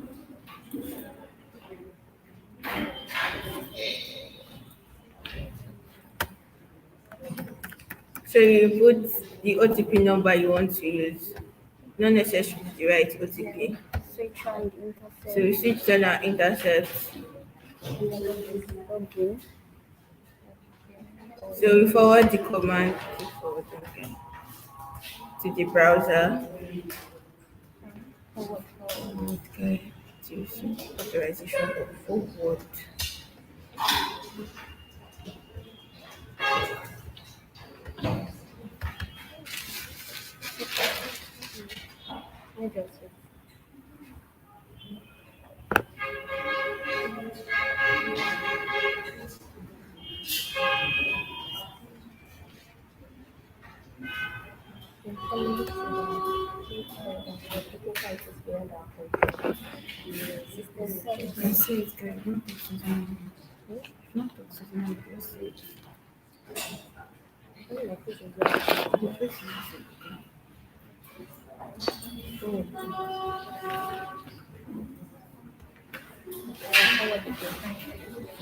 Again, guys, you see the authorization forward. Forward again.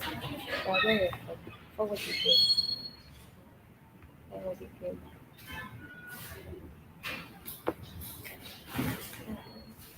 Sorry, the command.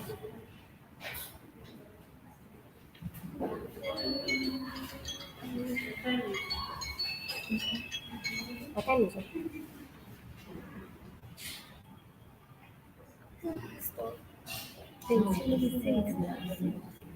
Okay, sorry for technical issues beyond our control. We have to like wait for the systems to load and everything. No, she did not.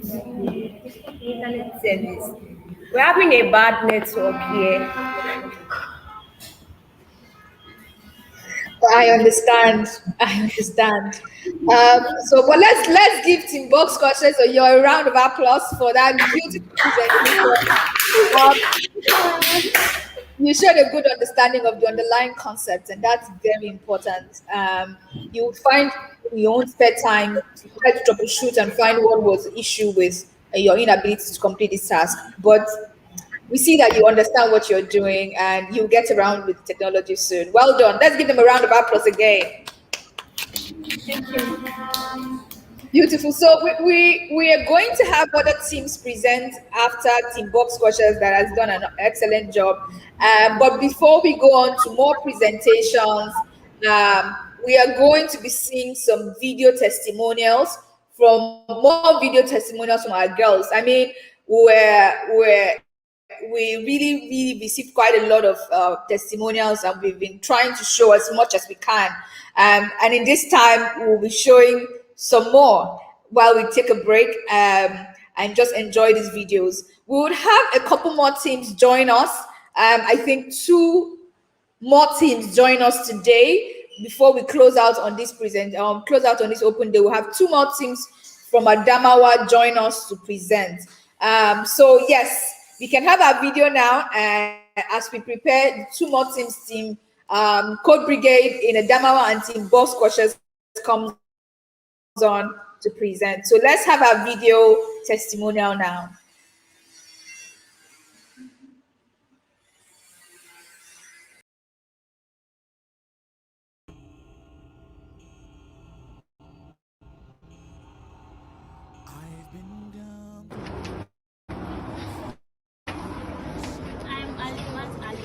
From Kogi State Up. I want to use this medium to thank the CyberSafe Foundation for giving me this opportunity to be part of this fellowship. This fellowship has helped me a lot to know more about cybersecurity. Also, it has helped me to get exposed to mentors across global. With the CyberSafe Foundation, I believe I'm going higher. Not just me, but thanks to CyberSafe Foundation, thanks to all the sponsors involved with CyberSafe Foundation, thanks to my fellow CyberGirls. I think one major thing I've learned in CyberSafe Foundation that I'm very, very proud of that is the fact that I'm beginning to learn how to be confident about myself, to talk.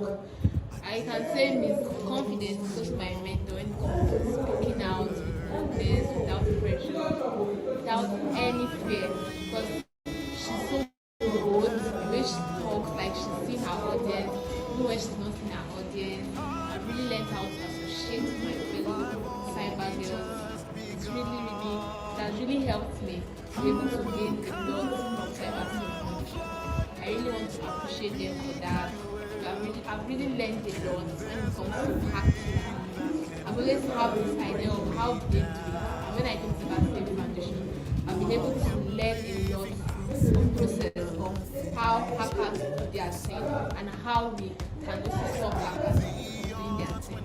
I really want to appreciate CyberSafe Foundation. Thank you very much. Good day, everyone. I really want to appreciate CyberSafe Foundation for the great privilege they've given to us. It has really impacted our lives. Words cannot express how grateful we are. So far, so good. CyberSafe Foundation has really impacted in my life positively. In terms of the soft skills learning, really that's really impacted positively on me. I'm a kind of person that I usually get angry, but the soft skills learning, that is how to manage our emotions, has really helped me a long way. I really want to appreciate that. Then that aside, for the learning etiquette and the office etiquette, it has really helped me a lot. The things I used to do back then, I have stopped, and I try to do more, and I hope to learn more and improve more myself. Thank you very much. God bless you all, and not the sponsor. God bless you. To be a part of this amazing program. This program has exposed me on how to combat negative biases with cybersecurity skills. The program has helped me a lot on how to keep my account safe from bad guys, use this step authentication. Also, I've learned about how to identify phishing, email, digital literacy, cyber. Challenges have made me discover a lot of things about myself that I don't really know. Last few years, I was sitting hopelessly at home waiting for admission into higher institution. Not until when I got the opportunity to register into CyberSafe Foundation program. CyberSafe Foundation have really changed my life. I am thankful to CyberSafe Foundation. First, I would like to appreciate everyone that made this program possible because I'm the shy type, but me being here, I was able to upgrade from that because I can now interact with everyone in my class, my team. We're able to work together. And secondly, I'd like to thank my mentor, Mrs. Anna. She has been good to us. She has helped us a lot with our work. Thank you. I want to use this medium to appreciate everyone that has made this program a reality. I want to say thank you to my mentor, Mrs. Funto Adeleye. She has really been wonderful to her and my group members, Code Brigadier. She has been taking us through our cyber security journey, guiding us through the way. We've learned a lot in this wonderful organization. We've learned about how to create a strong password. We've learned about digital literacy. We've learned about the CIA trial, the DRAPE methodology, so many lot of knowledge for us to really gain, which we have really gained, which is really helping us. We've learned a lot of soft skills. We've learned how to manage our time. We've learned a lot about emotional intelligence. We've learned about so many things. I ask myself, am I really the one learning this? This program has really changed my life. Like, I'm exposed to how to interact digitally. Like, I don't even know where to start from because I really learned a lot. I'm not really the type that like working with people, but through this program, I've learned how to work in group. Like, joining the CyberSafe Foundation has really impacted knowledge of the digital world. I'm so proud of myself with what I've learned so far. I know we still have a lot to learn, but we have learned so far. I'm proud of myself. This cyber security is just like an added advantage to me because I've always had this idea, this urge in me that whatever I'm going to do in life, I want to have a background in ICT because this world that we found ourselves now, technology is taking over all the things we are doing. So I decided to learn coding class. My coding class, I'm really happy to be part of this great opportunity to learn cyber security. Importantly, we want to appreciate the CyberSafe Foundation for giving us this great opportunity, and also the CyberSafe mentors and partners for also believing in us and allowing us to achieve our dreams. We also want to thank our coach, Mr. Akolabi Tobi, for also giving us his time and also tutoring us everything that we'll be doing on the open day. Thank you. I am knowledgeable, resilient, and excellent. I am a fountain of value and an ardent problem solver. I am a voracious learner, so nothing is too difficult for me to master. I am a doer with a genius intellect. I am a cyber girl. Who are we? Who are we? Who are we?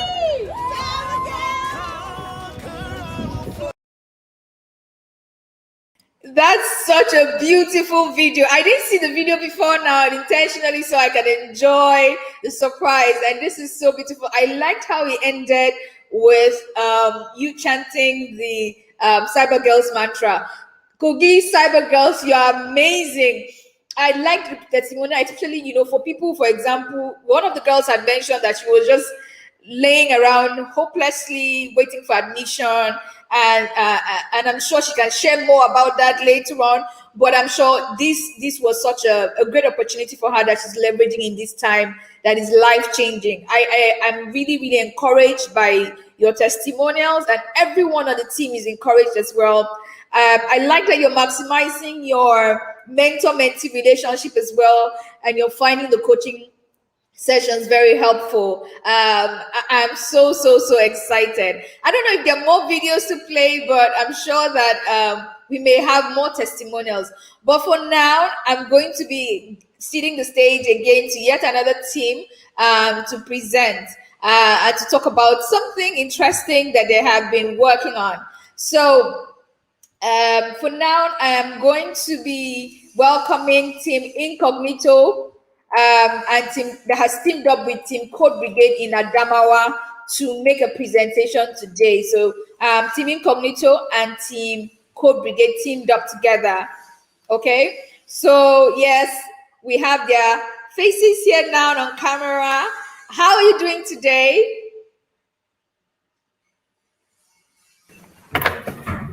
We're fine, thank you. Excellent. So tell us your names one by one. I'm Rehab Musa by name. Okay. I'm Kauna Solomon Kiaga. I'm Thanks Robert. And we're Team Nice. Code Green. Yes, all of you have been great people. I keep noticing all three of you, especially on Google Classroom, the questions you're asking, and I really find them very interesting. I also see your contributions on the open day, sorry, on the Cyber Friday. By the way, if you're just watching us, Cyber Friday is every Friday except the open day Friday, where we take two topics and the girls just casually discuss about them on a set time for 1 hour on our group. And I noticed the great comments and the way you analyze all of these events across the world. So I am rooting for you girls in Adamawa. Well done. And I want you to relax, okay? Relax. And that's why I'm chatting with you. I know that pressure can be so high, but relax and just enjoy yourself during this presentation. You have the floor. Thank you. Okay, we are the Code Brigade, and today we'll be taking you through the journey of discussing how to detect and analyze malicious network connections using Sysmon. So my colleague here will take us further and introduce us to what Sysmon is. Okay. Google defines Sysmon as a Windows system service and device. Once installed on a system, it remains resident across system reboots to monitor and log. It provides details information about process creation, network connection, and change to file creation time. Sysmon does not only detect process creation, it also detect connection, network connections. So from here, my colleague will tell you the features of 6 months. From what she said, we are able to understand that once you install that Sysmon on your system, it stays there. It's not as if whenever you come, you will have to install it and install it again. Once you do that, it will start monitoring your activities, what you've carried out, the network you've been through, and as we can see, she also mentioned about processes. It takes record of all the things, your activities that you have done on that particular system at a point in time. It gives you the IP address, the destination, the source where it's coming from, and many other features. So now we'll take you through the journey to show you a practical aspect of it, of how you can achieve this.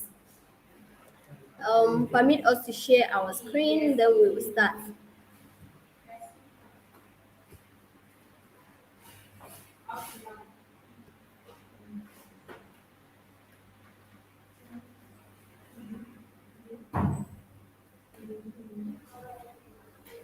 Um,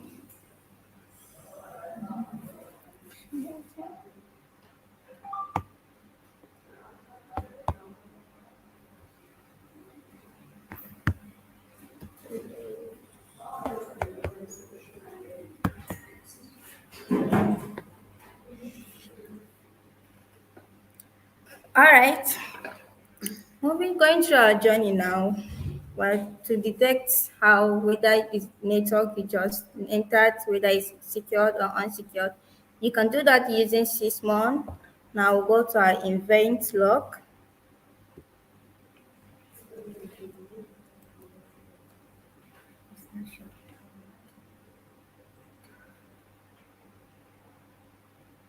Then you click on Run as Administrator.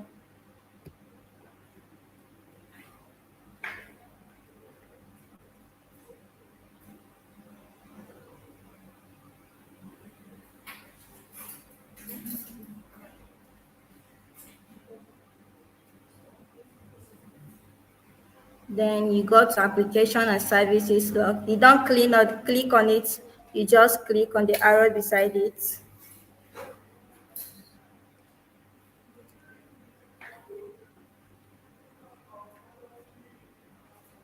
You go to Microsoft, then click on the arrow.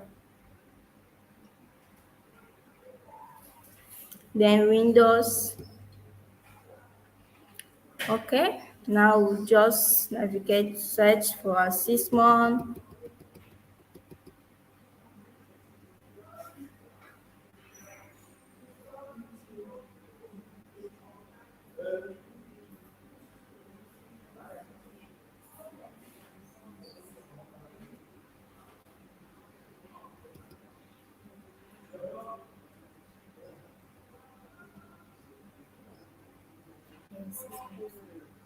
Okay, you just click on the arrow, then operational.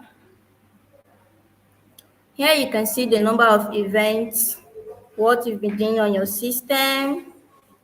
Here's the details. So you can see the event data, rule name, process guides, image. Then to know whether the network is secured or insecure, we just, okay.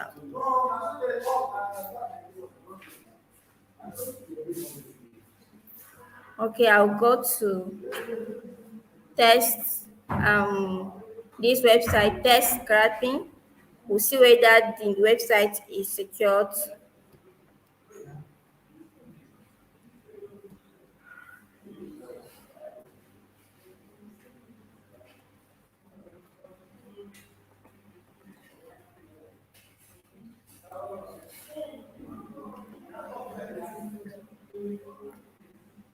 Then after that, I'll just go back to my event viewer.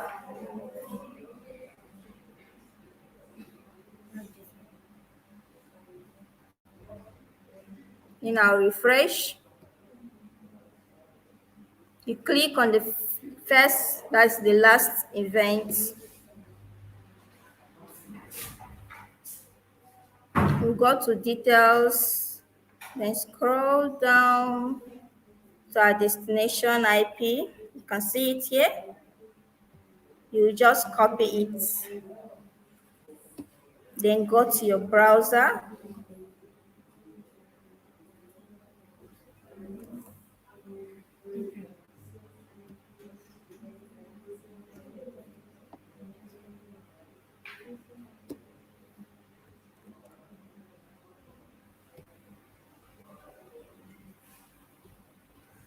You go to this browser to check whether it is malicious free or whether it's secure. To click on www.virustotal.com.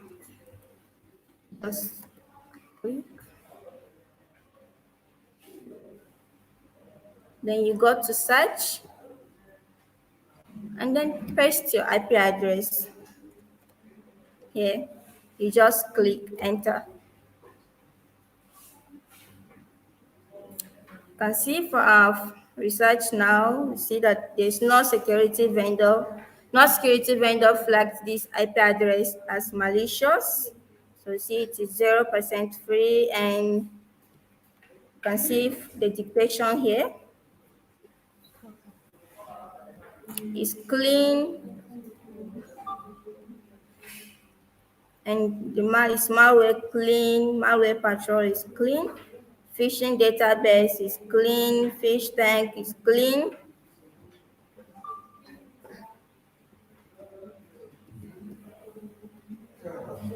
We go to our details. We can see the basic properties, then last HTTPS certificate, the date, and then the domain name, registry domain. That's all.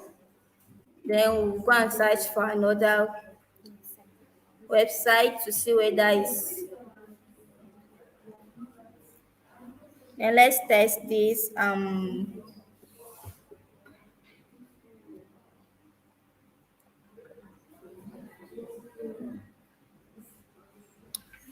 Test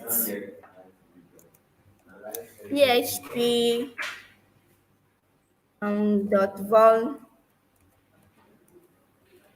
web.com/login.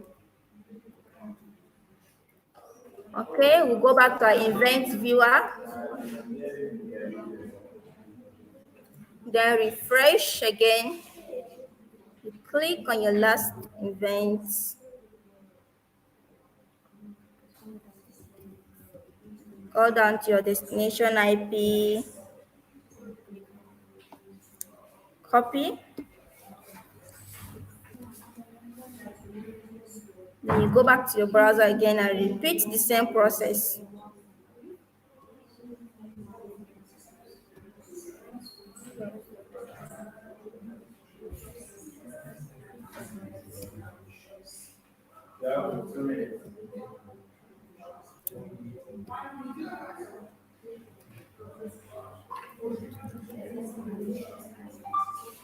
Okay, you can see this one is also this not security vendor flag this IP address as malicious. In conclusion, you can use Sysmon to analyze whether the network's connection is secure or is not secure, but Sysmon does not help you detect whether there is an it does not protect you against intruders or any hackers. It only shows you the activity. And we should also take note that if the website is locked, we will not be able to go through all these processes. So we'll have to look for a website that is that doesn't have a padlock on it. As we can see from here, our Virus Total has a padlock, so we will not be able to run this kind of scan on it. Thank you. Thank you. Thank you. Thank you so much. Thank you so much, Team Code Brigade. I made a mistake when I was introducing. It's actually just Team Code Brigade standalone. Thank you so much, Taisu. Thank you so much to the rest of your team. We really enjoyed your presentation. Kauna, thank you so much. Thank you so much, my amazing girls. Really liked your presentation and how you showed us. Because I think for Virus Total too, just to add, just about anyone can also use Virus Total to analyze any harmful link or suspicious link that you receive via social media or email. Well done, girls. You did an amazing job. And we want to say thank you to your coach. Go ahead and say thank you to your coach. Yes. We really want to say thank you to Mr. Emmanuel for such an amazing work that he's done with us. Thank you for your time and effort. We really appreciate it. And also our facilitator and our CyberSafe Foundation. Thank you very much. And God bless you. Amen. Thank you so much. A big thank you to our facilitators. Well, I keep saying that they are the boots on the ground. They're the ones who help coordinate the girls, help make sure that they are learning well, and give us feedback when necessary. Look after them generally. We can't say thank you enough to our facilitators across all our learning hubs in Calabar and in Cross River, in Adamawa, in Enugu, in Kaduna, in Kogi, and in Oyo State. We say thank you. And especially thank you to this particular coach for Adamawa, who is the person of Emmanuel Sadiq. You put in so much work, and we are very grateful. We're very thankful for the amazing work you're doing. And just in the spirit of also saying thank you, because we can't say thank you enough. It's literally taking a village to raise these girls and make sure that they're world class. Okay, so I want to say thank you to our mentors. We have over 20 mentors across 13 countries, across 3 continents in the world, and most of them during the coaching have to make sacrifices to be with these girls, joining us from work, for example, to coach the girl, to mentor the girls. Sometimes, comfortable time difference hours, and they are still, spending and sacrificing to be with these girls. And really, we are so grateful to our mentors. We are going to be mentioning them by name, one after the other, when we're back from our video break. But just to say thank you to our coaches as well. I've just said thank you to our on-site facilitators. These are the people in our physical hubs looking after these girls. We have about 2 per hub. I want to say thank you to all 12 of them across our 6 hubs. We also want to say a big thank you to our virtual trainers and our guest speakers that come in and just speak to the girls from our different partners, and the ones we invite specifically to come and speak to them. We can't say thank you enough for all of the hard work you've been putting in to produce the growth and the knowledge that we're experiencing in today's open day. We also thank our partners, starting with Aid for Rural Education Access Initiative Area I, that was the champion behind the digital literacy training for the girls. All of the girls came in and started off with digital literacy. If you notice, some of the girls said that they didn't know how to use computers before now. And look at what we have 3 months down the line. They have not just gone from knowing how to use computers, but beginning to understand very technical things, playing with operating systems, using tools to analyze network traffic, and a lot of other fascinating things. But they had to have that base, and that was what Area I did for us. Thank you so much, Area I. Want to say thank you also to iCapture Center for Development, our partner hub in Cross River State. We say thank you. JITech, our partner hub in Kogi. We want to say thank you. Cloud 10 Tech Hub is our partner in Kaduna. We cannot say thank you enough. Mercy Corps, they have been our partner and helping us with quite a lot of the onboarding process in Adamawa, and generally making sure that our facilitators understand our code of conduct. They really helped us around onboarding processes for most of the people we're working with on this project, and we can't say thank you enough. We are also saying a big thank you to Northeast Humanitarian Hub. This is our hub partner in Adamawa. They are giving us their space free of charge to use. That is not a small thing, and we deeply appreciate.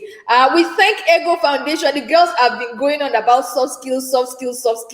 Where are they getting that soft skills training? From Ego Foundation. They've been the partner of choice for soft skills training, and our girls are showing for it. We're continuing and having our last week of soft skills training by next week, and Ego Foundation has just been such a huge fountain of value and very resourceful persons coming there to speak to our girls, and we can't say thank you enough. And very recently we called for a donation of laptops to CyberGirls, and we had a rousing response from donors across the world, especially in America. We want to say thank you to our donors, the people who donated laptops, the people who gave us money for the shipping of the laptops. We want to say thank you so much, especially to TechDren. TechDren gave us about 25 laptops by themselves alone. I want to say thank you so much for your benevolence, and even the partnership that we have signed with TechDren to ensure that we have laptops sent in to our girls frequently. Thank you so much to TechDren and to every other donor that came along and answered our call. It is because of all of you, donors, partners, coaches. I mean, donors also is not just the laptops. We receive donations from different people at different times to enable us pay even the stipends that we give the girls, to support the girls 1,500 naira every week. And some of the girls actually get more of that and more than that, to ensure that we're able to support them to transport themselves to the hubs. And people have been donating towards that. We want to thank specifically our chairman, Dr. Peter Obadare. He made a donation some time ago of 1 million naira that helped us purchase some of our first laptops that we sent out at the different hubs. And some other people that are anonymous that have been supporting with different amounts of money. We want to also thank Sysmon, the Cybersecurity Expert Association of Nigeria. They identified with us with their donation, and we don't take it lightly. There's some other donations we have been receiving that has enabled us keep the lights on. We want to say thank you to all our donors. Running a program like this costs a lot of money, and it's not just CyberSafe. It's many of these people that is helping us keep the lights on, and we thank you that you can help us to continue to deliver quality cybersecurity training to our fellows for free of charge. We can't say thank you enough, and we really deeply appreciate. I've spent so much time saying thank you because it's very, very important to us to appreciate these people. And so I'm going to be ceding the stage now for us to see a video, some more videos of testimonials, and then we'll go on with our last two presentations. Thank you very much. My name is Rahab Musa, aka Reynard, where R stands for resilience. I am from Adamawa State. Good day. My name is Chime Onyechi Happiness. I'm a CyberGirl fellow from Enugu Hub, and my peer learning group is Code Brigade. Hi, my name is Kauna Solomon Kiage. I'm from Adamawa Hub team Code Brigade. I really like my team members.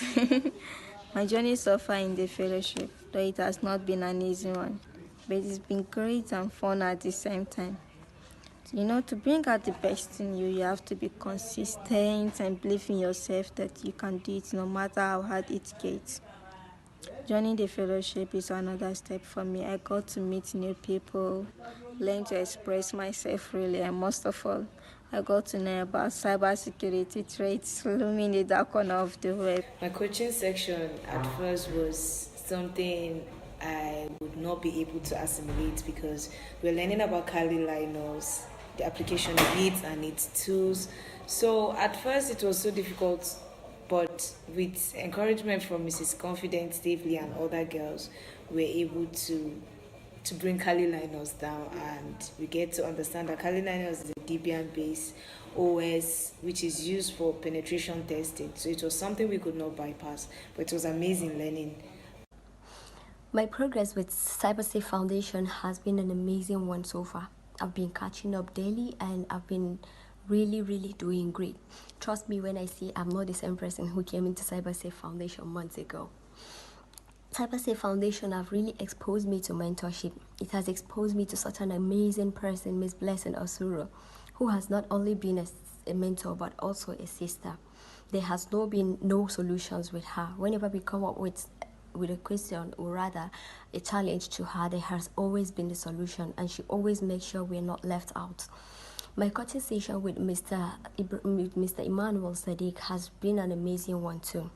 Have you ever asked yourself, how can I actually secure my laptop in the sense that anybody that touches it, I'll be able to know? Please, I advise you go and read about Sysmon. It will really help you in this, because this is what Mr. Emmanuel has been taking us through, the path of Sysmon, alien vaults, hash value, and many others. And day by day, we're still going. This fellowship has improved my life in so many ways, but I'm going to mention a few. First, it introduced me to a mentor who is from a different continent. Her name is Sivesha Dandu. She's an Indian with 10 years experience in cybersecurity. And then it's really awesome. And then two, it has improved my reading habits through the Cyber Fridays. Cyber Friday is an activity we do weekly where we are given 2 articles to read, and on Fridays we come and discuss about the articles we've read. So hereby I get to read 2 articles in each week, and it's usually interesting. They've taught us a lot of things, digital literacy, and now I've learned how to use the internet responsibly by respecting myself and others, educating myself and others, and protecting myself and others while using the internet. And then they also taught us social engineering, and I've learned how to spot phishing emails and protect myself from phishing attacks, and then other social engineering attacks such as phishing and smishing. This month we started a coaching session, and they've been teaching us very interesting topics. One, they've taught us open source intelligence, and the tools we've learned about is Shodan and Google hacking database. And now I've learned how to make search with them. And then we also taught Windows hardening, and now I can configure a Windows computer system to make it very hard for an intruder to gain access to it or even extract data from it. Like, I don't even know where to start from, but I just want to say thank you, CyberSafe Foundation, for changing my life for good. Thank you. Thank you, CyberSafe Foundation, for this great opportunity to learn cybersecurity for free, a skill that will keep me relevant in years to come. I'm so grateful for this. Thank you, Ms. Confidence, for all you do for us and for making this program very interesting for us. And thank you, the sponsors and partners of this great initiative. I promise you, you won't regret choosing me as one of the Cyber Girls. Thank you. Thank you very much. You have to heed their advice, especially the young lady who advised around Sysmon. Go and read about Sysmon. That was really beautiful to watch. That was really beautiful to watch. Well done, girls. I'm very excited about these testimonials. So we're going to have up next another team from Adamawa. We're going to have Team Box Squashers from Adamawa. They're squashing bugs. Okay, let go ahead and introduce yourselves. Tell us your names one after the other. Okay. Good day, everyone. We are the boss purchase. And our names are Happiness Paul, Matthew Joy, Susan Solomon, and I am Amina Ibrahim. Today, our topic is detective analysis, malicious process with Sysmon, and my colleagues will define Sysmon.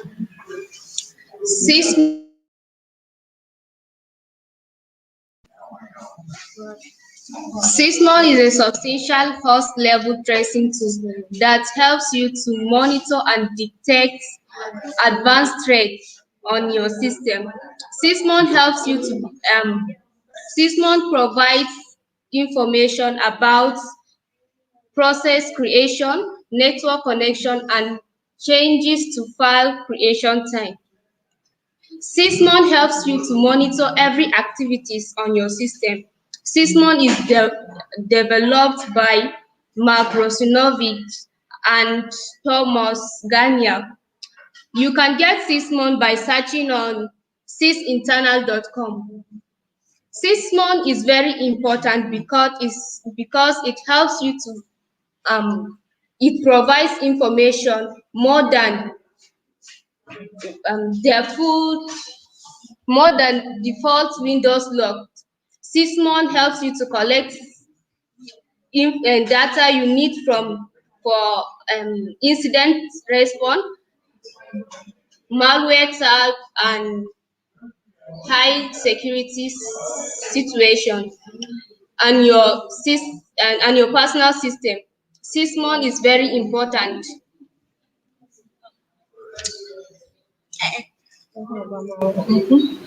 And my colleagues will explain what malware is. Okay, malware is an unwanted malicious programs pops up or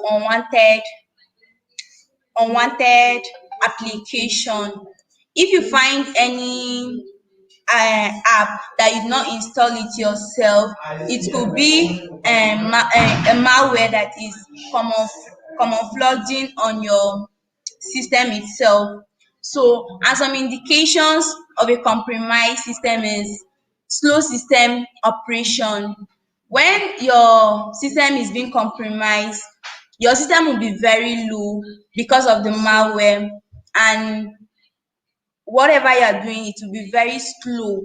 And we have low storage space because the malware have occupied space in your system, so it will be very low. You won't have enough system in your storage in the system. And unwanted applications processing and execute in the background. You always see the apps that you didn't install it yourself on your system, and you just see it because it's a malware. Thank you. Talking about how to install Sysmon, how to launch Sysmon through Event Viewer. First, we'll talk about what Event Viewer is. The Windows Event Viewer logs a detailed record of system, security, and application notification that is stored by the Windows operating system. It's used by administrators to diagnose system problems and predict future issues. This event viewer is designed to help system administrators or system users to keep tabs of their computers and troubleshoot any problems recorded in the system. We will now go ahead to share our screen and open Events Viewer.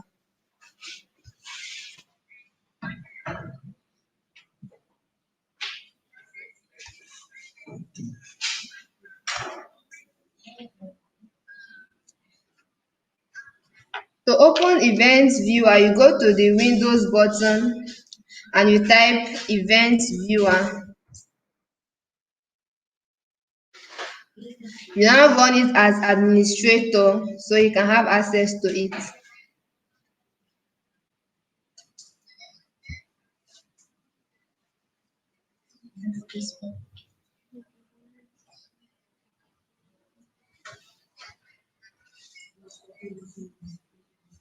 Once your Events Viewer is open, this is an overview and summary of everything that is happening on your system.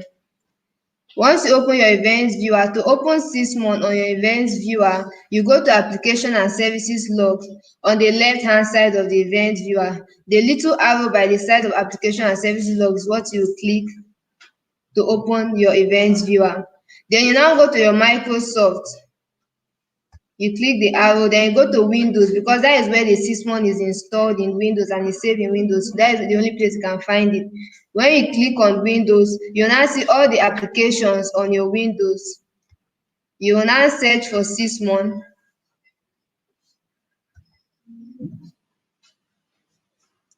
Once you see Sysmon, you now click on the little arrow by the side. You open the operational. This is showing you the number of events that has been recorded by Sysmon. You go to details so you'll be able to understand the events better. So talking about the processes, malicious processes that has occurred on your system using Sysmon to identify it. All these ones are the date and time the event occurred on your system, the event ID. The event ID here is talking about the record of the number attached to every event that has occurred on your system. So Sysmon will now identify that event for you. But first, you have to refresh it. Once you refresh it, you'll see this network connections is about using your browser. But today we'll be talking about malicious programs on your system. So if you go to your file explorer and you open your desktop. You can open any files or any documents on your desktop. For instance, let's open Microsoft Teams. Once you have opened Microsoft Teams, we now go back to Events Viewer and refresh. Once we refresh, we will now see the time we opened Microsoft Teams and the process that occurred there. We click on it. Then here, when you come to details, it will show you the time that document or the file was opened, the time the process occurred, the process ID, that is the identifier, the image. You see another process here. You open it. You can still refresh to see more details on it. Then here you see the application we open. Microsoft Teams is a description of the product, the company name, the original or the command line, the process ID, and everything, the details of everything that has happened on that system. You will come to see the login guide, the login ID, the hashes, the process ID, and everything. This is what Sysmon will help you to identify everything that has happened on your application or your system. Once in network connection, this network connection is talking about things that have happened online, or an application you open, or something you search online.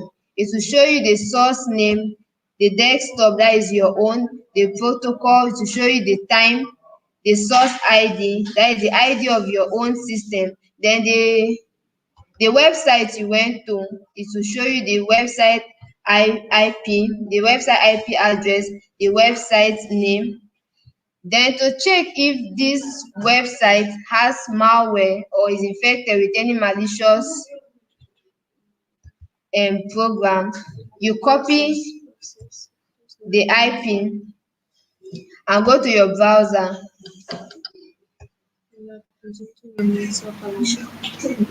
When you go to your browser, you visit this website, Virus Total.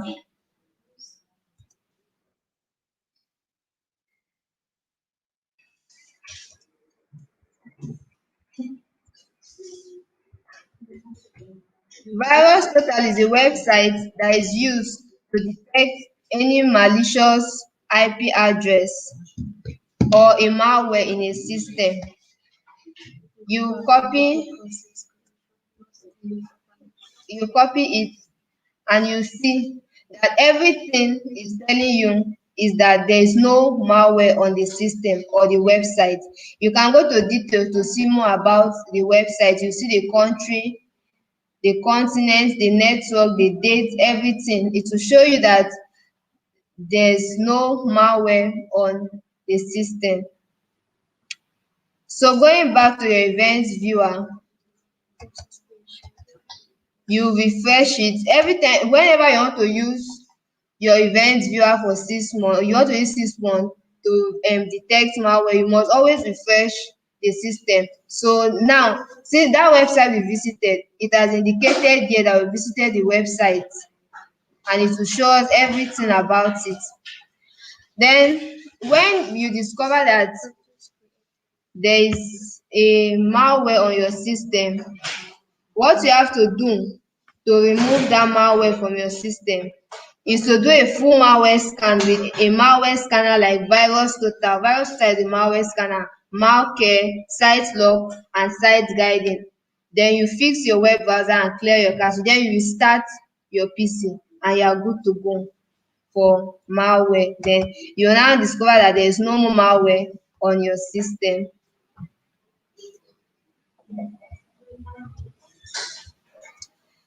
Thank you very much.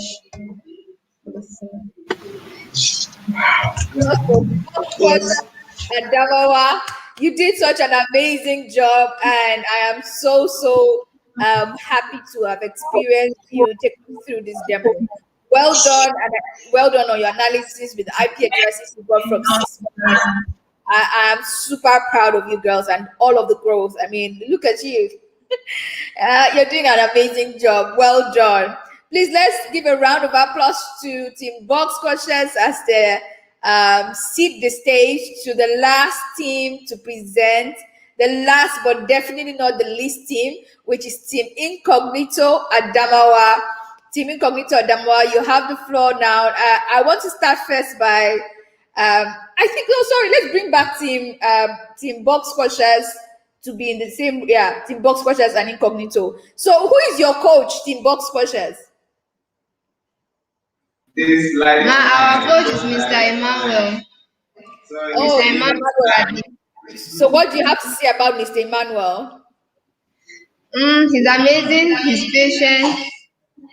He has been treating us well. Oh, okay, great. So, he's always there to answer us.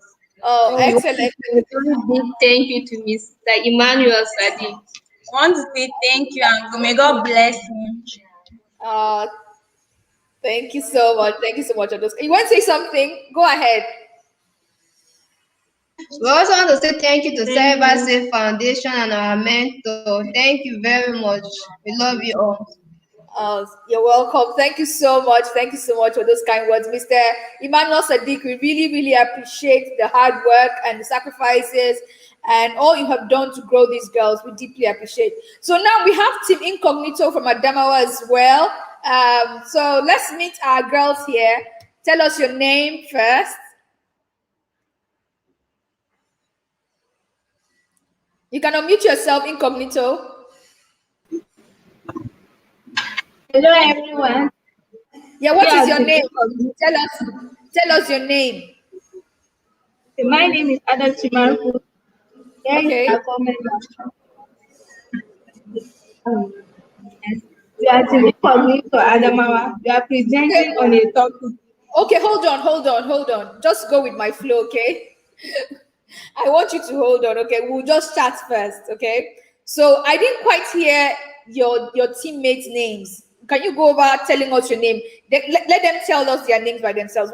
Start with your own name and then we go like that. Okay.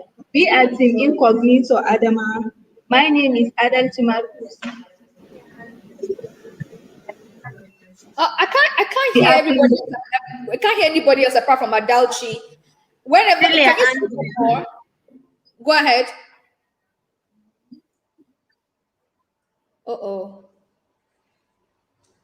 I think the internet is playing a trick on us. Okay, after Adalchi, introduce yourself. Okay, go ahead. I don't want to say your name. Go ahead and say your name. I'm Cecilia Andrew. Hey, now we can hear you. Okay, Cecilia Andrew, what's your name? I'm Cecilia Andrew. Oh, I know. I said after Cecilia Andrew, somebody else say your name as well so you can know your name, okay? My name is Salama Yunana. Oh, sorry, what did you say the name was again? Salama Yunana.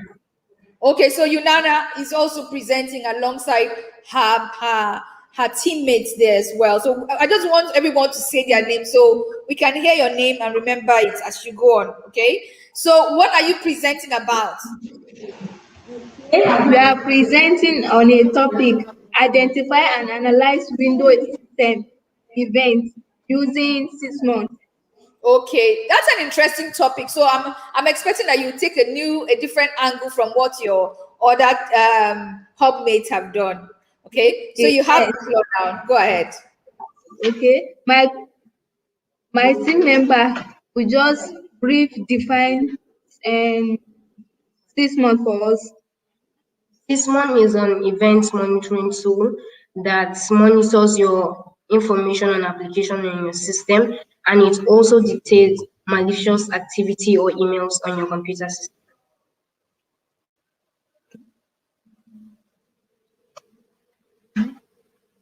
Okay.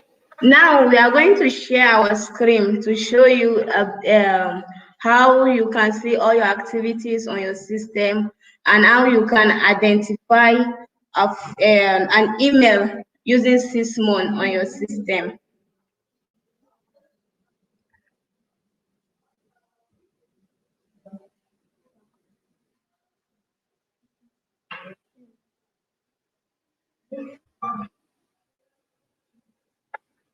Okay.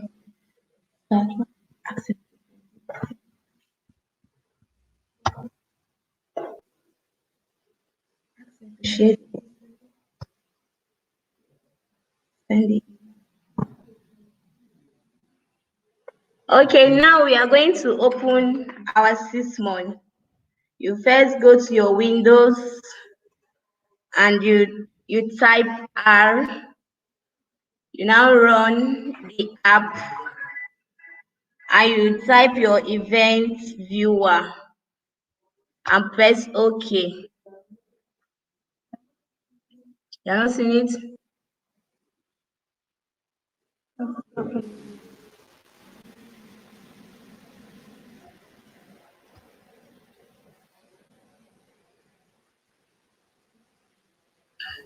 I think you didn't share the right screen. That's why Okay. you.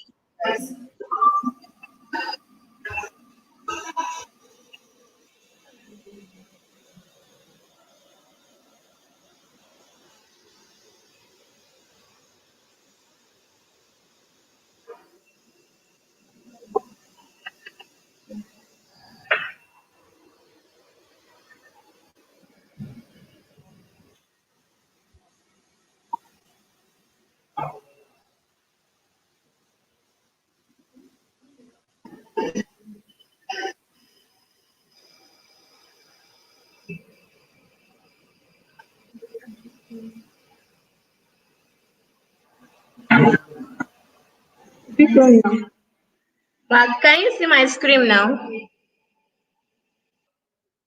Can you see my screen now? Yeah, we can see your screen. Yes, we can see your screen, but we need to see the particular part where you have to pick the window that you are showing us something from. Right now, you're showing us the StreamYard interface. So you have to pick the right window, which is the window where you're putting your command.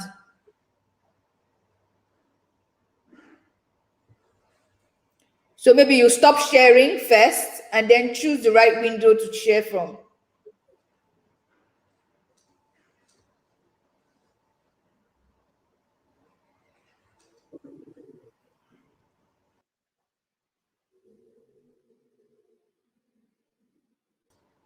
Click stop sharing. Click stop sharing first and then choose the right window.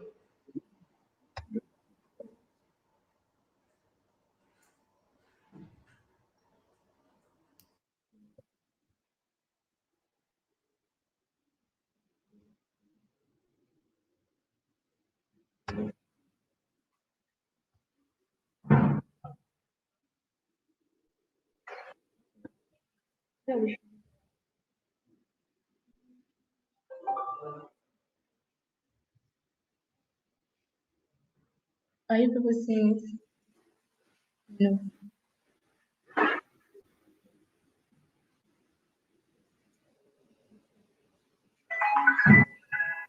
Have I stopped sharing? Yeah, I've not stopped sharing up to now.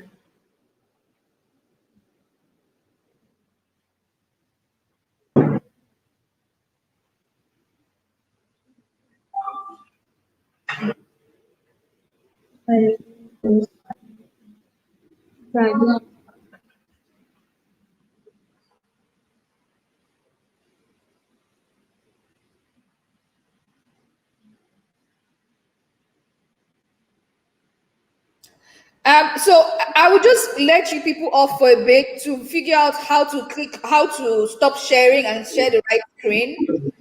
I'll give you 2 minutes or so, or rather 1 minute, so you can share the right screen. Should I But you need to click stop sharing first. That instruction over.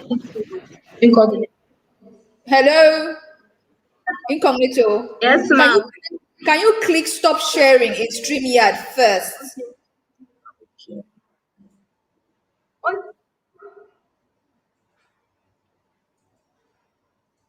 Have you clicked stop sharing? Yes, ma'am. So now choose the right window, the window you want to show us something from. Go to sharing and then choose the window you want to show us what you want to show us from, not just any random window.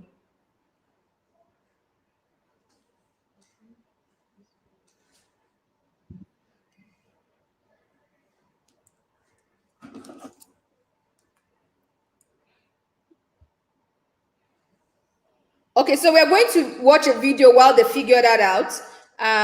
We're going to watch a video really quickly. Well, okay, is Let's that use the other side. It's not is sharing. I'm that that side. okay?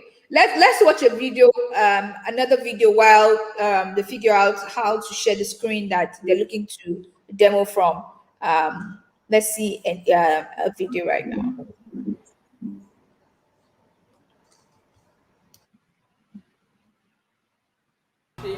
And I'm from Calabar Hub, Cross River State. I'm from Incognito.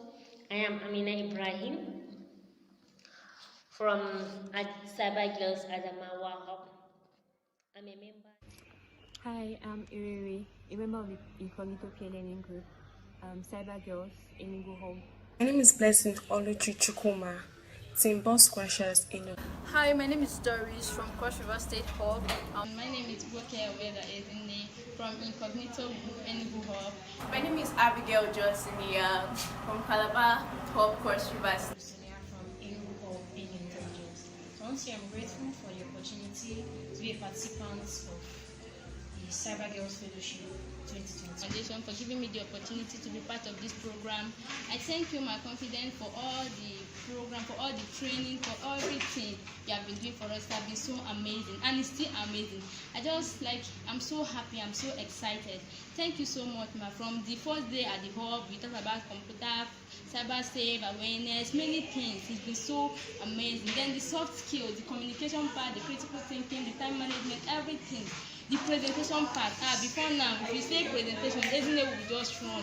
But now I can actually come out and present without being scared. Thank you so much, ma. So far, Mr. Martin has been able to teach us many things, most especially hands-on threat modeling and mental attack and a host of other things. I've learned how to be cyber aware. I've learned how to make use of strong passwords. I've learned different phishing attacks, and also I've learned phishing, dismissing. I've learned also how to be digital literate. The program has really exposed me to different mentors across the globe. They include Ms. Irene from Kenya, my team mentor, Mr. Matthias, our coach, Mrs. Confidence Stefli, the founder of CyberSafe Foundation, Mrs. Letty Eder, Emmanuel Fabian, and Mrs. Wofi, our facilitators. So far I've been able to work on my time management skills, been able to make slides for presentation. Now I can say I have a vast knowledge about mental attack and hands-on threat modeling. I started my journey with CyberSafe Foundation knowing nothing about the computer and cybersecurity. But enrolling CyberSafe Fellowship gave me the opportunity to become a computer literate and exposed to cyber awareness. I've learned how to participate in group work and also learned how to participate in presentations normally when it comes to presentations, I always want to hide, and it's always a group work, so I hide behind somebody so that nobody will see my face. But as I've started this program, there's no time that presentation has come up that I haven't done a presentation. So I'm grateful for how I've grown and how I've learned.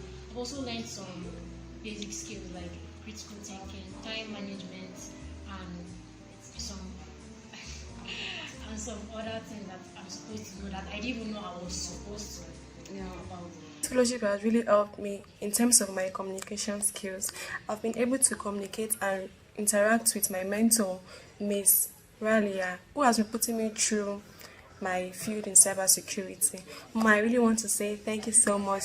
I really appreciate your effort. God bless you. I also say a very big thank you to my mentor, Mrs. Choma Ilo, for the opportunity, for everything she has been doing for us, for always being there for us, to talk to us, to do everything to us, to even show me the path I will be taking after this training. Oh God, Mommy, God bless you. And for our coaching section, that one show that one has been so amazing. Like you can actually search for devices that are connected on the internet and find these devices that are vulnerable. Oh my God, it has been so amazing. She's Mr. Habib at DBC, and he has been teaching us about open source intelligence gathering using Shodan and Google Hacking Database. So it's been a wonderful experience thus far. I really admire the way Miss Confidence is very invested in this program and how she's trying to bridge the gap in tech between men and women. And I hope that one day I'll be able to pay that forward. We've built an incredible community at the hub, so we found this kind of bond, this sisterly bond among ourselves, and it's been incredible. I can do right now, I can basically say I am very good in threat modeling. Like I am amazing. I'm good in threat modeling and mental attack. Some soft skills training I've learned problem solving, which I've used very well in my life. I've learned ethics, both dining ethics, office ethics and the rest. I've learned emotional intelligence. I've learned a host of other things. And I just want to tell CyberSafe Foundation a very big thank you to them for helping me to achieve my dreams, helping me to be better in all parts of my life, like making me a better leader and a host of other things. Thank you so much, CyberSafe Foundation. Thank you, our sponsors. Thank you, CyberSafe Foundation. Thank you, our team. Thank you, everybody that is making this in a success. Thank you, especially Mrs. Divine. I'm so happy. I want to say thank you because you have always been there for us. Even when we have problem, we'll come to you, be like, no problem, no problem. Thank you so much. May God bless you all.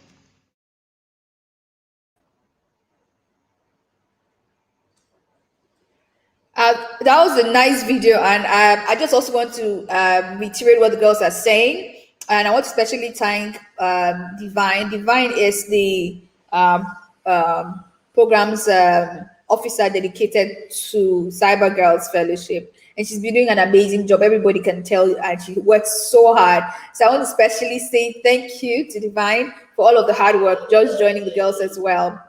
Okay, so team Incognito, are you ready now with the right screen in your screen share? Because I hear from the tech team that you are still sharing the StreamYard window instead of the window that from what you're trying to demo.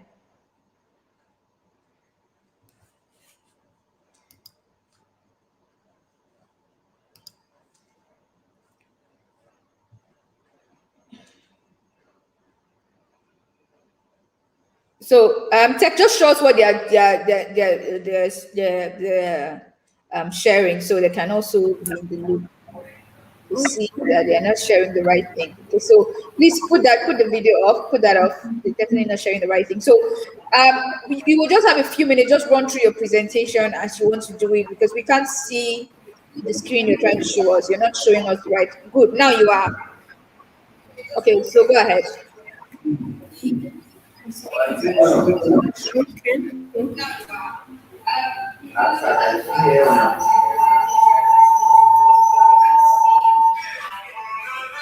Can you hear us, ma'am? You guys should talk, man. Yes, Can you yes, hear we us? can. Yes, we can. Okay. So we are the incognitous group, and yes, we are going to share our screen now. We are going to share our screen now. And okay, we are going to show you the Sysmon and how you can see your events on Sysmon.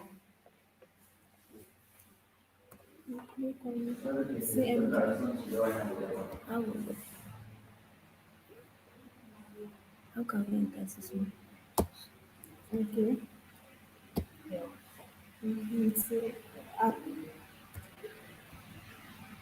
with the same reason. So now you tap on event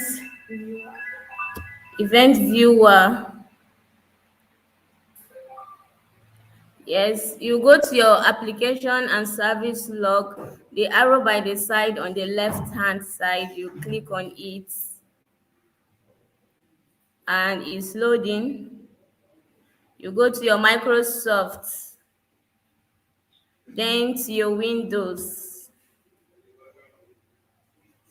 Now you will look for your Sysmon.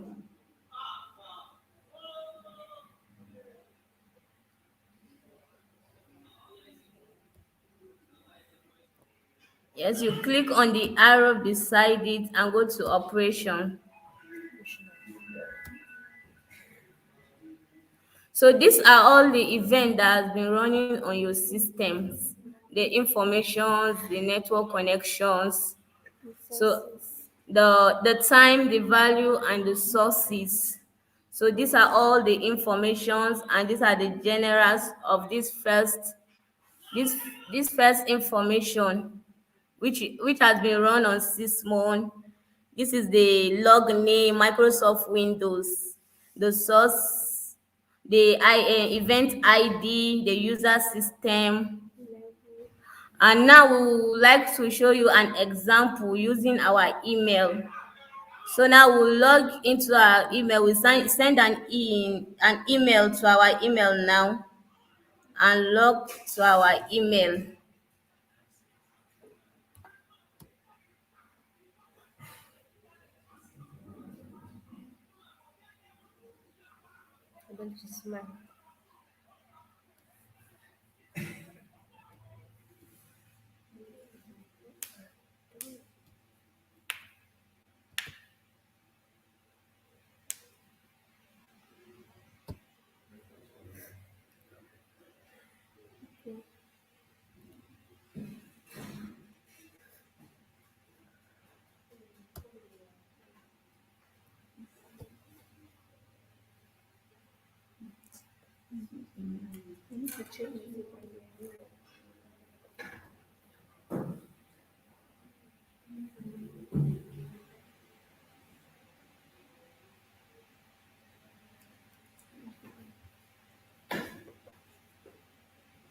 Yes, this is the message that just entered our email, and we'll open the message, look at the message. So now we'll go back to our Sysmon to see how our Sysmon records these activities that just happened. We'll first refresh the Sysmon, and this is the activity with the time on it. When you open it, this is you will go to details, and it will show you the system, the UT time, that is the time, the process ID, the protocols, and the destination IP. So this is what our Sysmons do for us. It recorded all our information, it's recorded all the activities that is running on our system, and it captures all the time, the protocols, and process ID.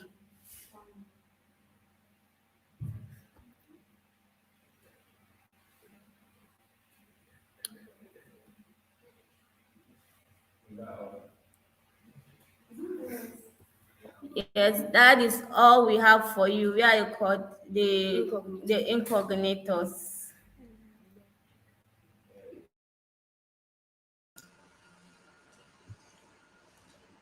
Thank you so much, Team Incognito. Please let's give them a round of applause.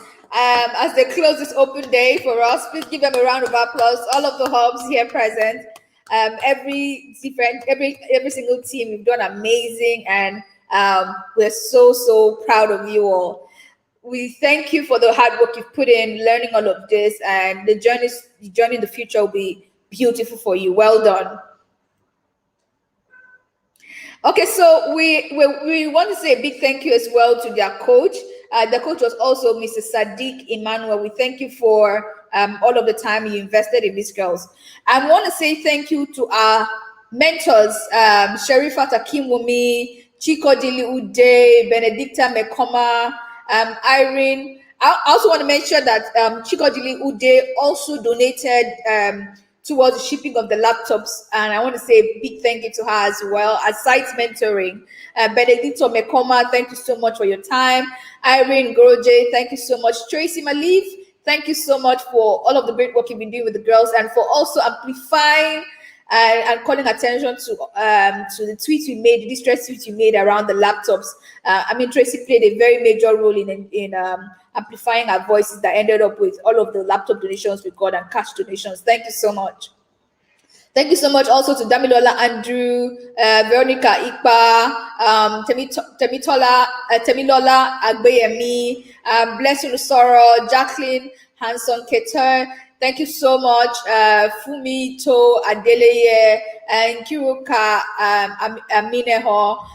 Thank you so much to Muslimo. Sorry. Thank you so much to Simi. I'm just going to call her what I call her, Miss Simi Dusonya. Thank you so much to Hoi Taipe. Thank you, Choma Ilo. Thank you so much to Luwala She Ogumoyole.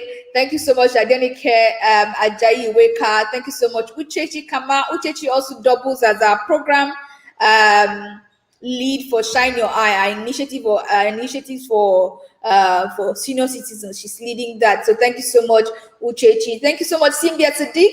Simbia doubles as our lead for CyberGirls program, and she does a lot backstage. Thank you so much, Simbia. Thank you, Febishola Olani Bekon. Oh God, I hope I'm not murdering these names too much, but please just see my heart in all of this. Thank you so much, Anna Stilano. Thank you so much, Ralia Adamu. Thank you, Sirisha Dandru. Thank you, Elizabeth Dandru. Thank you, Venetia Solomon.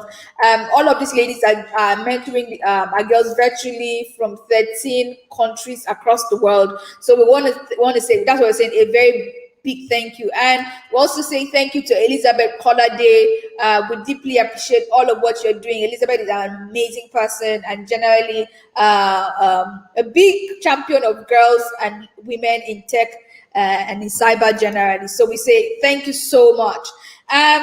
So we'll be calling it a wrap for today. The girls would have a special session with Abeer Khedr, who happens to be the Information Security Director for the Bank of Egypt. But we'll call it a day now on this live stream, and we want to say thank you so much to everyone who joined us virtually across LinkedIn and YouTube. We deeply appreciate. Thank you so much, everyone, and we'll be sharing the results with the girls as well later on. Thank you for joining us. Have a great day and enjoy the rest of your weekend.